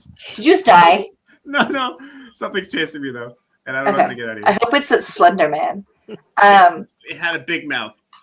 So that's an option too that you could. Yes. Oh, I think my batteries. I think the other thing to say that I mentioned last time is just also ask. The company HR department will give you information about what they're comfortable with you sharing. Oh, look, I found my way out. Oh, thank God. All right, I'm gonna pull up. Oh, hi, Tim. Hey, I came to get you. But I have some wine, so that's probably worth. No, you have pickles. You have pickles. And pickles. I have both. I found some Coke earlier. The drink. Should we go to the sales planet? Yeah, let's do that. Maybe that'll be the last thing. I'm going to pull up one portfolio for... let me actually check between these two. Hold on here. I should probably get in the ship safely before pulling up portfolios. My God, the method of copying messages out of this chat is... For real? What? Oh, no, it won't let me open the door. Oh, no, the hydraulics are dying. Oh, no. Wait, is that a thing? No. That was rude. I didn't love it. Timothy! I didn't leave you behind. To be fair, I did. Okay, I will admit, though, I was legit just figuring out how to use my controls. I wouldn't have done it on purpose. Okay. Yeah, so I'll pull up. Well, let me look at this one more. Hold on here. We need a better way to accept portfolios for the next one, and maybe we'll only do questions because trying to play WoW looking at these is really hard. I liked the questions, but I could just the questions are be easy. Like, yes, GitHub counts as an engineering portfolio. Yes. All right, I'm gonna present our final portfolio of the day for y'all to consider, and it is Kyle's. Kyle Jussum. What do we think of Kyle's portfolio? Also, somebody take us to the selling ship. The selling place. I'll do it. I'll do it. All right, here's Kyle's portfolio. Should be up now. Ooh. Okay, I like the layout. Mm-hmm. Yeah. This is immediately a great example of Christina's tip from the beginning. Look at how professional this all looks, and then you find so clean. This little baby example of a game. No shade to your practice projects, but definitely you want to think about your portfolio as a holistic deliverable, as one thing. And so if these are beautiful and then this is a weaker example, it makes the whole thing weaker as a result. Yeah. So I would probably just remove that one or put it somewhere else that they could find. What do we think about the amount of detail here? I prefer the ones we've seen before where they've kind of broken it up so I know what I'm reading. Like Christina was talking about the little bite-sized pieces. Yeah. I feel like this is a lot of text to me. I totally agree with that. I think You have broken it up, but in general, it's still a little bit too much text and not enough of showing us your process. That's really the big thing that people want to see. What is your process? What problems did you solve? How did you manage to do it? A little bit of progress pics are always welcome. Is there a way to get in touch generally on the portfolio? Like I would have maybe email, LinkedIn account and stuff near the top. So I Looks can like it links get to in their touch. GitHub. Yeah. Okay. And to their resume. So I definitely have a specific email set up that people could contact you from, because proactive recruiters, hiring managers will definitely reach out. So you want to make that as easy as possible. If I'm having to play detective to get in touch with you, depending on the time I've got available and the deadlines I'm working to, I might switch to people that are easier to get in touch with. You know, it looks like it's on your Where do I CV take there. this Sorry, jar of my pickles? resolution's quite low. Keep that in the ship for now, because we're not at the selling planet. We'll go to the I selling was like, thing. it just okay. That's fine. That's right. But signpost to the point of redundancy. You know, if every page has your email at the top of the page, that's great, because if I get sent a hyperlink to page 4 by someone going, "Hey, this person could be good for your role," I can get in touch straight away. You know. What do you think of this resume there? How about Christina? I love it, Kyle. I think we've actually chatted about this before. So this is exactly what I'm looking for. This is actually kind of a funny, like a very nuanced thing. So every recruiter, we talked about this before, every recruiter is going to have their preferences. So for me, Christina, one of my preferences is that you pick a lane. Either your resume is all left justified or it's all center justified. Do not, it drives me batty. And it doesn't mean I'm going to reject you, right? It's just a personal preference. It drives me insane when you have like your name centered and then like skills on the left, but then like experience on the left and then projects in the center. I'm like, just make it cohesive. So I love this cohesive. I love this plain text. Again, the blue and black. I'm pretty sure this is, Kyle, correct me if I'm wrong, but I'm pretty sure this is adopted off of a template that I sent you. So 10 out of 10, like, I appreciate it. I would move education to the bottom, and there's a reason for that. So there is right now in the HR world kind of this, like, discussion around including education and what that means for people who may not have access to higher education. What does that look like in terms of fair equity in hiring? So I would move education to the bottom. It's just not as applicable as your experience in your projects. That would be my only like major like adjustment. And then I would say also just with your skills too, I would maybe make them into like a side-by-side list, a columned list, just so that they're a little bit filling up that left to right space. But this is also perfectly fine. Like, that's super nitpicky advice. But ultimately, I think that this is a great example. Yeah, this is solid. All right. So we are currently selling off our items. Did someone take the pickles? I was so excited about in that. the ship. I did take the pickles. You wanna sell the pickles? I'm sorry. I do. It's okay. Here, So you can put them in there. It's outside. Great. Stop hitting the button. Who is that? Who is that? As Tim knows, who is that? No answers. All right. So we are going to start wrapping up. I dropped them on the ground. Tim! I'm glad people are enjoying. I think maybe next time we do this, we won't actually look at portfolios because it is hard to both play the game and do so. So maybe we'll just do a career questions. Jeebus. You should step away from that. But yeah, I hope you all enjoyed. Before we close down, we're going to have some parting words from people while we get murdered. So, Christina, is there anything you would like to leave the audience with, or anything you'd like to plug here at the end of the event? Yeah, so ultimately, I would say be your most authentic self. The job search can be daunting, but it's totally manageable. Find like-minded individuals to surround yourself with. You're only as good as the 5 people that you surround yourself with. So find high-quality content creators on LinkedIn, network accordingly, and make sure that you're putting your best foot forward with whatever representation you want for yourself. Mm-hmm. As far as things to plug, moms in gaming, if you happen to be a mom and you are on today's chat, hit me up later and I will give you the Discord link to join Moms in Gaming. There's about 150 or so of us, 170 of us that hang out. And we kind of are striving to change what that perception is of moms who are working moms and what some of the labor we go through is on a day-to-day basis. And then selfishly, and this is so weird, but I am currently nominated for one of the Game Hers Awards, and the voting link for that is on my LinkedIn profile. So I would appreciate any support for that as well. I'm And going then to yeah, drop LinkedIn. Find me on any LinkedIn. links that are, yes, absolutely. I'm going to drop any links that are mentioned as we go. Thank I just dropped the you. Moms and Gaming website. I don't have the you. Discord if you want to drop Yeah, the I think there's one on the. I think there's a invite on the website, but if not, people can grab me, and I'll give it to them for sure. Awesome. And no, people ask all the time, do fur babies count? No, I love that you're a fur baby. But fur babies do not count, though TTC moms, if you know what that is, you'll be like, yeah, I'm a TTC mom. TTC moms can absolutely come too. So I do have that question a lot of, like, if you're a TTC mom, if you can join, absolutely. But plant moms and pet moms do not count. Amazing. All right. Why don't we jump to Daedra? Daedra, any last words of wisdom? We're no longer streaming the game, by the way. It's just us. Any last words of wisdom or anything you'd like to plug? Yeah, definitely. When you're looking into your portfolio and you're building it out, make sure you mention things like we've talked about, Christina's talked about it, Tim's talked about it. Have your process in there.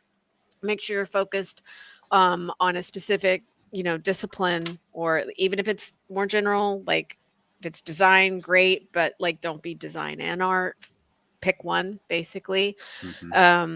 Leverage your network. It's really important, but make sure you do so professionally and that it's a reciprocal relationship. Don't just hit someone up and be like, hey, can you look at my portfolio? Make sure you're starting those conversations first so the person doesn't just feel like they're being used. It's not a nice feeling. And as far as plugs go, my book, Achievement Unlocked, Breaking into the Game Industry, should be out toward the end of this year. When I have the links for all that, yay. I will definitely send them to Willem and everyone else. And you can always reach out to me on LinkedIn. I'm always happy to help people. So, or Discord, either one. I'm fine with either. So we just dropped your LinkedIn down below. The book is not quite out, but definitely follow Daedra to get it out. Yeah. To get it when it comes out. All right, Tim, any last words of it? Actually, we should just skip Tim. I don't think Tim has earned I don't think Tim has earned this. Ding, ding, ding. All right, fine. So, any last words of wisdom or anything to plug here, Tim? I'm not sure about wisdom, but in terms of your resumes and portfolios, these are live, living documents. So they're never going to be finished. Always update them whenever you either get a promotion, you move jobs, or you start working on something else in your spare time. Maybe review everything that you've done in the last 3 months and update your CV and portfolio accordingly. And then keep coming back to it maybe every 6 to 12 months or so. Work out a pattern that's right for you and keep working on it. That's important because if you ever find yourself in the position of needing to immediately apply for a job, you've already done the hard work of preparing your stuff. It's also a very good way of keeping track of what you've done throughout your career, because you might have a master CV that you keep every single job you've ever had on, but as the years go by, you'll be able to look back on things and go, right, here's where I started and here's how I got to where I currently am. So that can be very useful too. In terms of plugs, you can find me on LinkedIn. I sometimes post useful things, I've been told, but also I'm very active in terms of the searching for candidates for my clients, that kind of thing. So if I can help you out, I absolutely will. I've also written a interactive Twine project, which is based on helping job seekers with their resumes, portfolios, but also managing things like job search, stress, and motivation. So there's links to that all over my LinkedIn. I'll drop them on the India Games Academy Discord as well for people to look at. Also, this Thursday at 6 p.m. UK time or 1 p.m. EST, I think, I'm actually in the Indie Game Academy Discord doing live portfolio reviews for an hour. So if you've had a question tonight that we haven't had a chance to get to, you might be able to pick it up this week with me. So pop along there, come say hi. It's a nice chill vibe, and we look at stuff together. Love that. Thank you, Tim. All right. And I'll wrap us down. I think my last words of wisdom, I'm going to try to give something that's less actionable and more just like emotional. It's a rough time period, y'all. It is rough in the whole game industry, and it's rough outside of the game industry, and that's okay. Any feelings that you are feeling are okay. The game industry is hypothetically on the beginning of a curve where we're turning back and hiring is picking back up. But that's not something any of us can really predict or guarantee for you. That said, in those darker moments when you're really feeling overwhelmed or you're feeling like you can't make it, in general, the people who do make it, the biggest predictor of whether or not they make it is just the amount of time that they continue to try to make it. So find yourself people that you can connect with and enjoy time with. Hello, friends. I'm so happy you're all here. And find some people that help you out when you are feeling down. The support network is incredibly important. Get yourself some friends. Get yourself like a therapist if you can afford it and you have a good one. Some therapists suck, by the way. Don't hesitate to drop them if they don't work for you. But find whatever the heck keeps you feeling sane and hold tight to it. Things will get better. Brighter days will come. I would also love to invite you to the Indie Game Academy. This is our Discord link that I just dropped in there. Get yourself some friends. Yeah, biggest advice of the day. The Indie Game Academy is specifically a place where we turn students into game developers. If you're not yet familiar with how to make games, and then we turn game developers into indie studio founders. Our greatest interest is helping more people launch indie game studios because I, at least personally, believe that that's the future of the game industry. So if you're interested in learning how to make games and launching studios, come and hang out with us. All right, I think that's going to be it. Any last things from y'all? Daedra, Tim, and Christina? We need to play this game again, but I also think next time we should have a competitive game. Ooh. Actually, a competitive game would be really fun while we do this. I think questions only next time. Portfolios are too hard. And then we'll do a competitive game. Maybe a 1v1v1v1 of Halo in honor of Daedra's hard work. Ooh. Daedra has an unfair advantage then, though. I know, I've been playing Halo since it came out, so, energy sword and sniper combo. Let's go. Amazing. All right. So we will definitely do this again. Keep an eye out. We'll be dropping links. You can follow all of us on LinkedIn, and I'm sure we'll drop links when we get closer to any of these events. I am now going to take over the stage for a hot second. So I think it is officially time to say goodbye to Tim, Daedra, and Christina. If you wish, you can hang out, but I presume that you don't. So if we can give a big round of loves and applauses and favorite gifts and emojis in the chat. Thank you so much, Tim, Christina, and Daedra, for giving us your time. It's been Thanks for letting us come hang out, Willem. Absolutely, always. We'll definitely do more. Thanks for having us. Heck yes. Bye. Thank you. Bye. Good luck, everyone. Bye-bye. Bye. Thank you for your time. All right. And I'm going to stay on for a second here. The Indie Game Academy has... Oh, look. I'm only taking up a quarter of the screen. I can fix it. Hi, everybody. The Indie Game Academy has a... Nope. All right, this is fine. The Indie Game Academy has our Level 3 program coming up, which is our 4-month-long bootcamp where you join an interdisciplinary team, and then you work together to build a brand new original game that you actually launch to a store of your choice under the guidance of 7 industry professionals. Christina-Marie Drake is literally one of the professors for the next cohort. So this is officially the end of the event. Thank you, everybody, for coming. If you would like to hear about Level 3, the applications for this cohort close this Friday.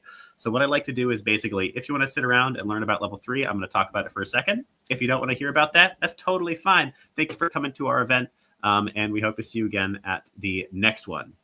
I'm now going to take a 5-second break. Great. Let's talk about Level 3 for a hot second, if anybody wants to hear about it. I'm going to go ahead and share my screen, and I'm going to move through this relatively quickly because a good number of you have already heard about this, but in case you haven't, let's talk for one moment. Let me present this one. All right. Welcome, everybody, to the Indie Game Academy, Level 3. IJ Level 3 is our biggest, most premier. Look at how it's like just barely not matching our background. I kind of hate it. IJ Level 3 is our premier bootcamp. Here at the Indie Game Academy, we do 3 things above anything else. We focus on interdisciplinary teamwork. We help you work with other people who do other things besides what you do. We focus on project-based learning, aka actually releasing games, and we focus on having a lot of fun while we do it. Hopefully this event was a good indication of that. Our mission here, as much as possible, is to bring about a new golden age in the game industry where all indie developers are able to financially support themselves by making games. This is our mission 110,000%. This is what we focus on. We want to teach you how to make games if you don't already know, yes, but really what we're actually doing is simulating running indie studios. We're giving you the experience of running indie studios because we hope, we pray, we push that one day you will launch your own company and help make this game industry a little bit brighter. I'm Willem. Y'all know who I am right at this point. I founded the Indie Game Academy about 4 years ago now, and I also have been a game designer in the industry for a long time. I tend to work in simulation and educational games.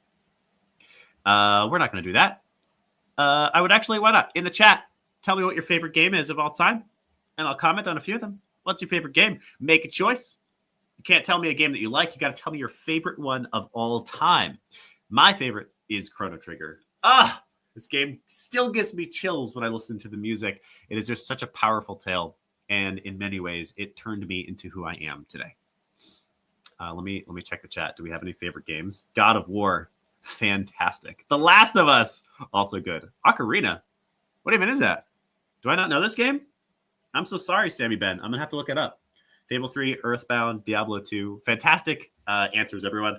IJ, like I said, we turn students into game devs and game devs into indie studio founders, and we primarily do that with our 3 core level programs. IJ is level 1, 2, and 3. Level 1 is a weekend-long taster, which actually we do have this weekend. So why don't I drop the link to that? If you wish to come to a weekend-long taster, that is an introduction to how the game industry works, and you do actually get taught by 7 professors in 8 live hours of class. We do have level 1 this weekend. So in case anybody's feeling a weekend-long taster with us, give it a try, y'all. All right, I'm going to keep going now. In level 2, we do a technical introduction for 5 weeks. And then level 3 is what we're actually known best for. This is our 4-month-long program. So like I said, in IG level 3, you will join an interdisciplinary team. So if you're an engineer, you'll have an artist and a designer and a project manager who will all join forces into just one team. And then you will launch a game together over the course of 4 months under the guidance of 7 industry professionals. At the end of this presentation, I will show you exactly who the professors are for this upcoming cohort. You will monetize your game if you and your team decide to do so. You will essentially run your own indie game studio. So it's something like a simulation of how the game industry works. And in fact, give me 1 second here. I'm realizing that this is wrong. 1 second. I'll be back. I mean, I am back, but the deck will be back. There you go. Okay, great. Here we go. And then at the end of the program, after you release your game to a store of your choice, which typically is Steam, iOS, or Android, but we also have people who release to itch, and we've had 2 teams try to release to VR. So if one of you wants to be the first VR team, let us know. After you release your game, you will then pitch your game to a live panel of publishers as the final closing graduation event. It is definitely an educational program, so you shouldn't be expecting to get picked up by publishers. This is the first game for many people who are in the program, or one of their first games. But you do get live feedback and you do get written feedback from a publisher about your game. So it's a chance to practice pitching. There's this wonderful quote from Jesse Schell that says, your first 10 games are going to suck, so you might as well get them out of the way as fast as you can. And that is a big part of how we believe approaching education here at the Indie Game Academy.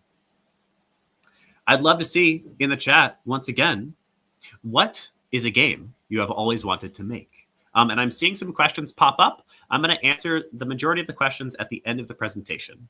I would love to see, though, in the chat, what is a game you have always wanted to make? I'm going to wait for at least one person to answer. Killer 7, we should team up, yes. 2.5 years at a studio, but the game is not published. Yeah, that's happened to all of us, Fish Floor, and it sucks. I have worked on so many games that have not seen the light of day. That is unfortunately a curse of the game industry. It is not uncommon for that to happen. Palius wants to make a tower defense. Not bad. A co-op bank heist game, but one that forces the planning part and less the pew-pew execution. I kind of like that. That sounds interesting. Namaste Geek wants to make something like an RPG. Amazing. Well, probably in IG level 3, you're not Gonna make that game. And that's because you are collaborating with other people and you only have a 4-month time box. The most important lesson that you will learn in level 3 is that you'll get to like the 3-month mark out of the 4 months, and you'll realize you have no hope of finishing your game. And then you and your team will have a couple of really difficult conversations, maybe a little bit heated, where you just mercilessly slash features. That is a part of almost every game development process, and it is an incredibly valuable lesson. So you won't quite build your dream game in this program. 4 months is really not that long, but you will build something you're proud of. 100%, literally 100% of our student games have been released. We always make sure in level 3 that you finish up your game. We will literally bring in mercenaries if we have to make sure your game gets done. But that said, it will probably be smaller scope than you expect. And it may just be a little bit different than you expect. It's a normal part of the process. This is a video of some of the games from the previous cohort.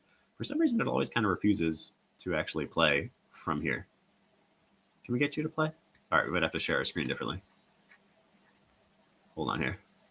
I know this is seamless. All right, at least we'll have audio. Okay, here we go.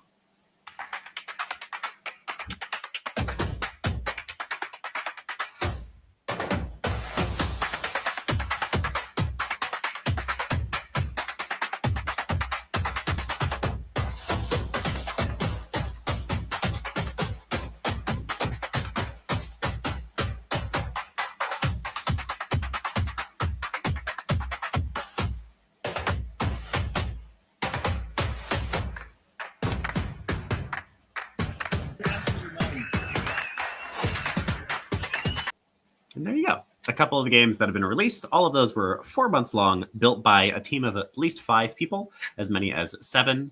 And we're super proud of all the games that got created in the previous cohort. All right. Well, what's happening here? Oh, I went back too far. That's fine. So IGA Level 3 Cohort 8 starts the 28th of February. We're just a little over 2 weeks away from it actually beginning. It is Tuesdays and Thursdays from 6:30 to 8:30 p.m. Eastern Time, 3:30 to 5:30 p.m. Pacific Time. So it's twice a week for 2 hours. You'll be sitting in class. But outside of that, you're, of course, working on your game. So you should expect to spend usually between 8 and 15 hours a week on this program. You are building out a whole dang game with your team, so don't expect to coast by. During the first 4 weeks, you'll be in what we call pre-production, where you will first form your team. We're actually going to sort you into your team. There's no awkwardness. We're going to tell you exactly who you're working with. But then you'll do a little bit of sort of simulation like you're founding a studio. So you're going to decide a mission and vision statement, as well as some of the base rules that you and your team will agree to for what you're building over the next 4 months. For the rest of pre-production, you'll mostly be prototyping, deciding exactly what you're building, testing it with real human beings, and iterating upon it. During the alpha phase for weeks 5 through 8, you'll be building your game out to a representative version of the game, which means it's probably missing features. It's definitely missing some levels, but it does play, and it gives you an idea of how the game plays from start to finish. Then in beta, from weeks 9 to 12, you'll be building a feature-complete version of the game, which means all of the bosses are in, all of the features are in, all of the mechanics are in, but it's probably pretty buggy, a little bit janky, missing some polish and bug fixes. And then finally, from weeks 13 to 16, you'll be in your launch phase, where you will actually submit your game to a store of your choice, typically Google, Apple, or Steam. You'll then actually launch the game. These games do go live, like I said, when 100% of our level 3 games have gone live.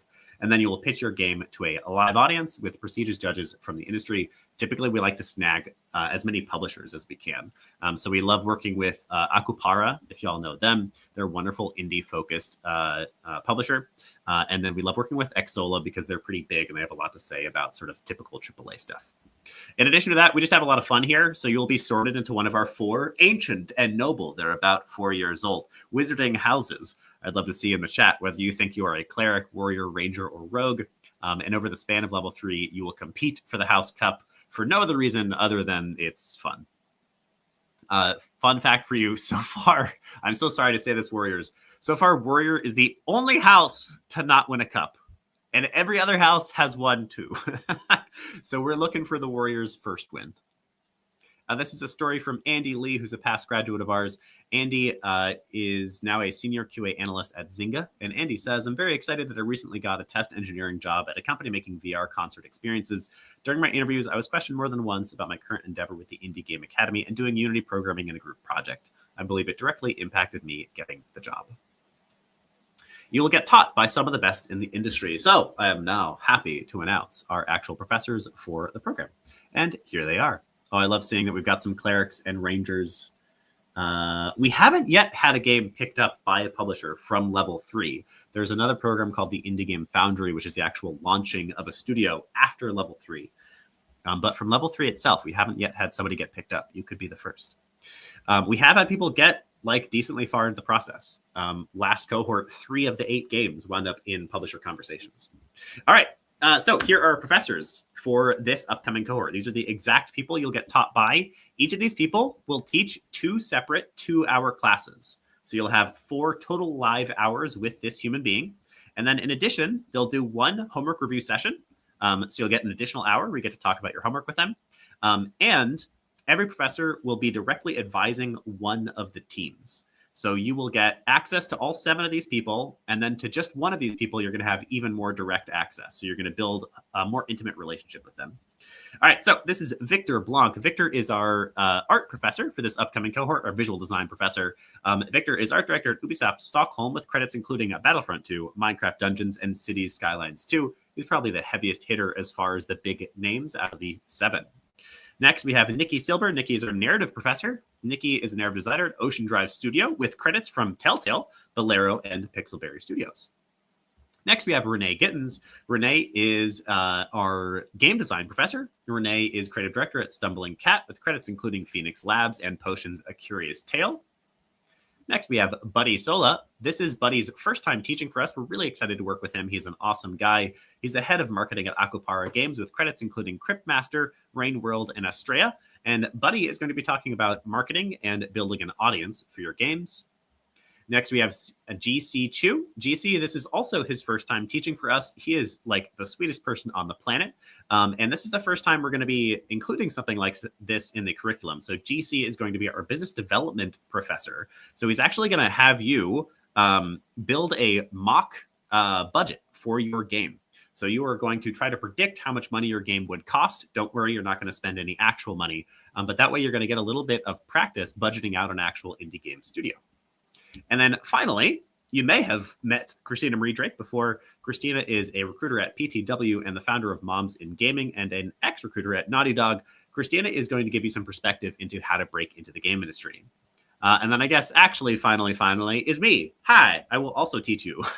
I largely act as host and kind of the intermediate professor. So I will step you between the professor's lessons. If there's a subject that the main professors aren't teaching, I will be the one teaching you it.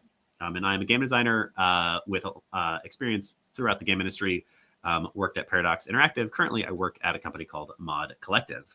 So here are your level 3 cohort 8 professors. Like I said, you will get 5 total hours with each of these people at minimum. And with one of them, you'll get an additional 4 hours.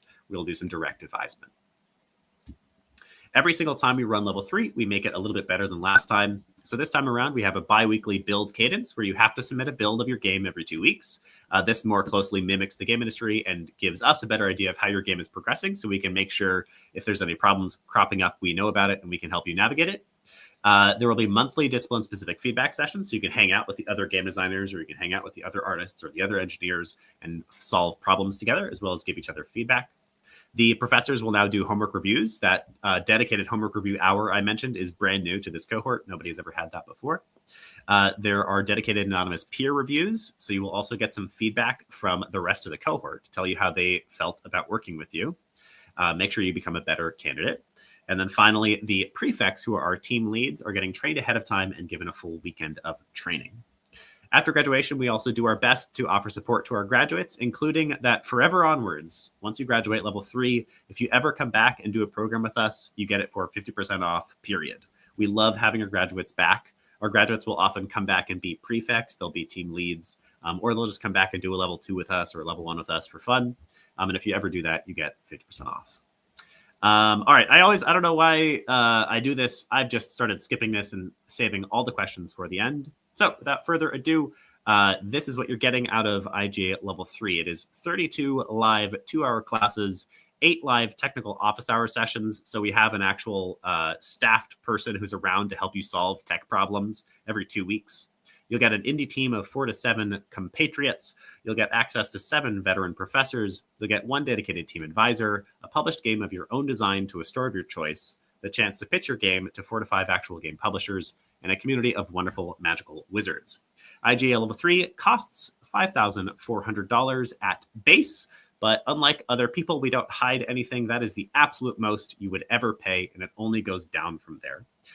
So it is $5,000 if you pay over 4 or 6 months. If you do a one-time payment, it makes our lives easier, so we immediately knock 10% off.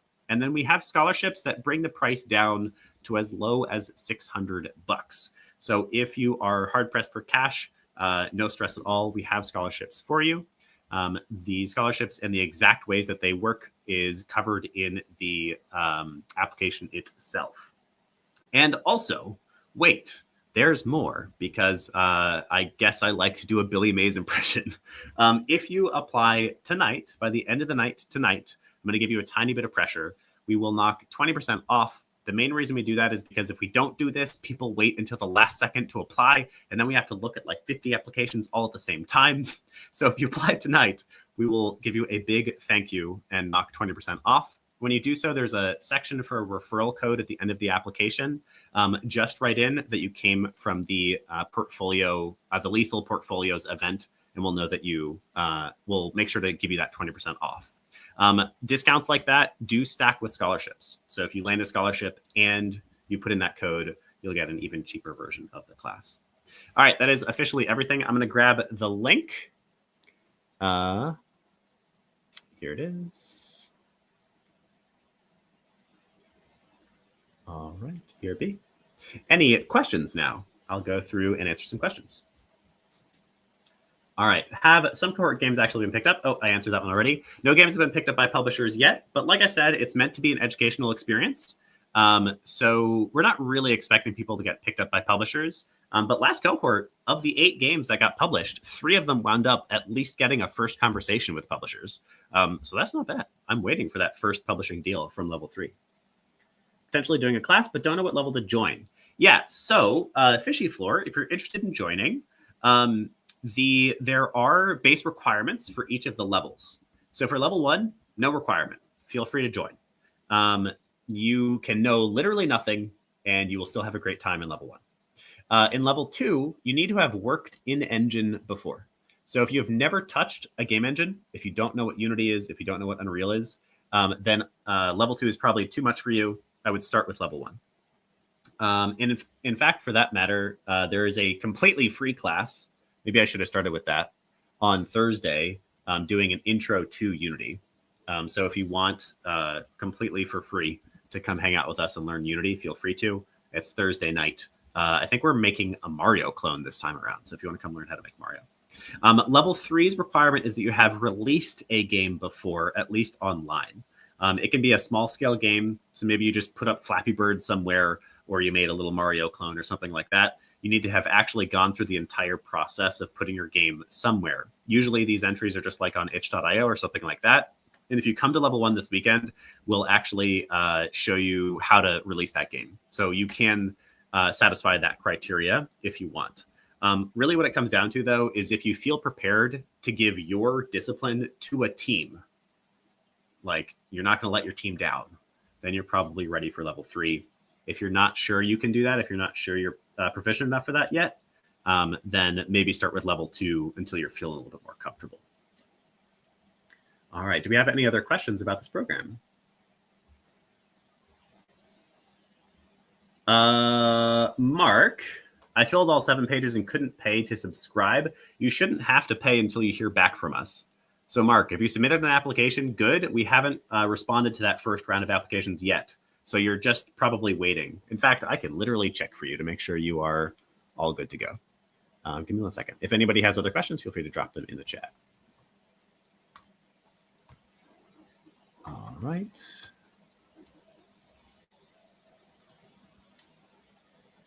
Let's see here. Mark, Oh, that is the wrong one. 1 second.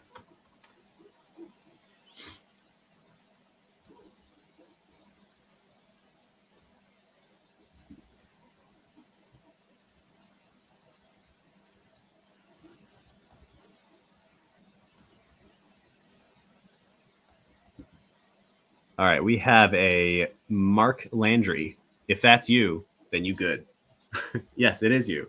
You're good. We just haven't responded to that first round of applicants yet, but you are in. No, you do not need to pay anything for either of these programs until you are fully accepted.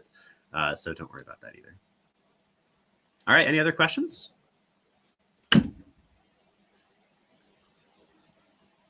you guys host game jams? Yes, we do. We haven't done one in a hot second, but especially with Ludum Dare shutting down, which like major rest in peace. I'm so devastated. That sucks. We will be running more game jams. What we're thinking we're going to do is what we call a mega jam, which we've done before. The mega jam is where we form gigantic teams, like 30 to 40 people teams, and then they do a game jam together. We probably won't steer those like we've done in the past, but we will assist in building the mega jam teams so that you can get AA sized game jam experience. No, there are scholarships other than the emerging market scholarship. So here, I'll just read those details for folks. There are 4 levels of scholarship. There's a full price of the class at $5,400 total due. And then there is a minor scholarship. There it is, which no more than 40% of applicants can secure. And that brings the price of the class down to $3,800. For any of these, you can also pay on a payment plan. There is a medium scholarship, which no more than 25% of students can secure. And that brings the price of the class down to $2,200. Then there is a major scholarship, which no more than 15% of applicants can secure, which brings the price of the class down to just $1,000. And if you get any discounts, it brings that down even a little bit more. And then you can pay over a payment plan. The emerging market scholarship is the lowest price. That brings the price of the class down to just $600, but we only offer 4 of those a cohort. And those are specifically for people who are outside of the US and the UK. So that's us deliberately trying to uplift communities that are still building their game industry. We've been working really heavily with Latin America, as well as India and a couple of other locations. So if you're from anywhere outside of the US, UK, you can apply for an emerging market scholarship. Basically, we like to see not the same old people making games. Any other questions? What's the structure of a team? Yeah, great question. So it does absolutely like fluctuate a little bit. Depends on who applies. If we get a ton of artists, then the teams have a lot of artists. If we get a ton of engineers, exactly the same thing. So there are cases, they're rare, but there are cases where your team comp is really weird. In one of the first cohorts, I think this was cohort 2 or 3, we had a team that had 5 engineers and 1 artist. Not typically what we want for your team, and we will avoid that happening. But we had so many engineers apply that most of the teams had a lot of engineers, and this one team wound up with a ton of engineers. So what we did, we worked with them to figure out a game that maximized on that skill set. So what they wound up doing is they basically made a WarioWare game. So every engineer made one small game, and then they stuck it together. And the artist basically just offered visual support that kind of tied it all together. So that's an example of using your team comp, no matter what it is, to create an effective game. But in general, you're going to have 1 engineer, 1 project manager, 1 designer, and 1 artist. Those are sort of the 4 people that we almost always have. And then usually you'll have 2 to 3 extras. Often you'll have an extra engineer. Sometimes you'll have an audio person. We don't get enough audio people. If you're an audio person, apply. We would love to have you. And then sometimes you'll have like a biz dev or marketing or community person, another role that we don't get enough of. If you're any of those, we want you to apply. All right, I'll drop the link one more time. Like I said, if you apply by the end of the night tonight, so within the next 4 hours, only takes 10 to 15 minutes. And it's non-binding. We're not going to force you to do it if you don't want to do it. You will get 20% off. Just tell us that you came from the Lethal Portfolios event. So you can use Lethal Portfolios as a referral code. Do project managers get in software? Just wondering. I'm not sure what you're asking, Fishy Floor. Can you rephrase that for me, maybe?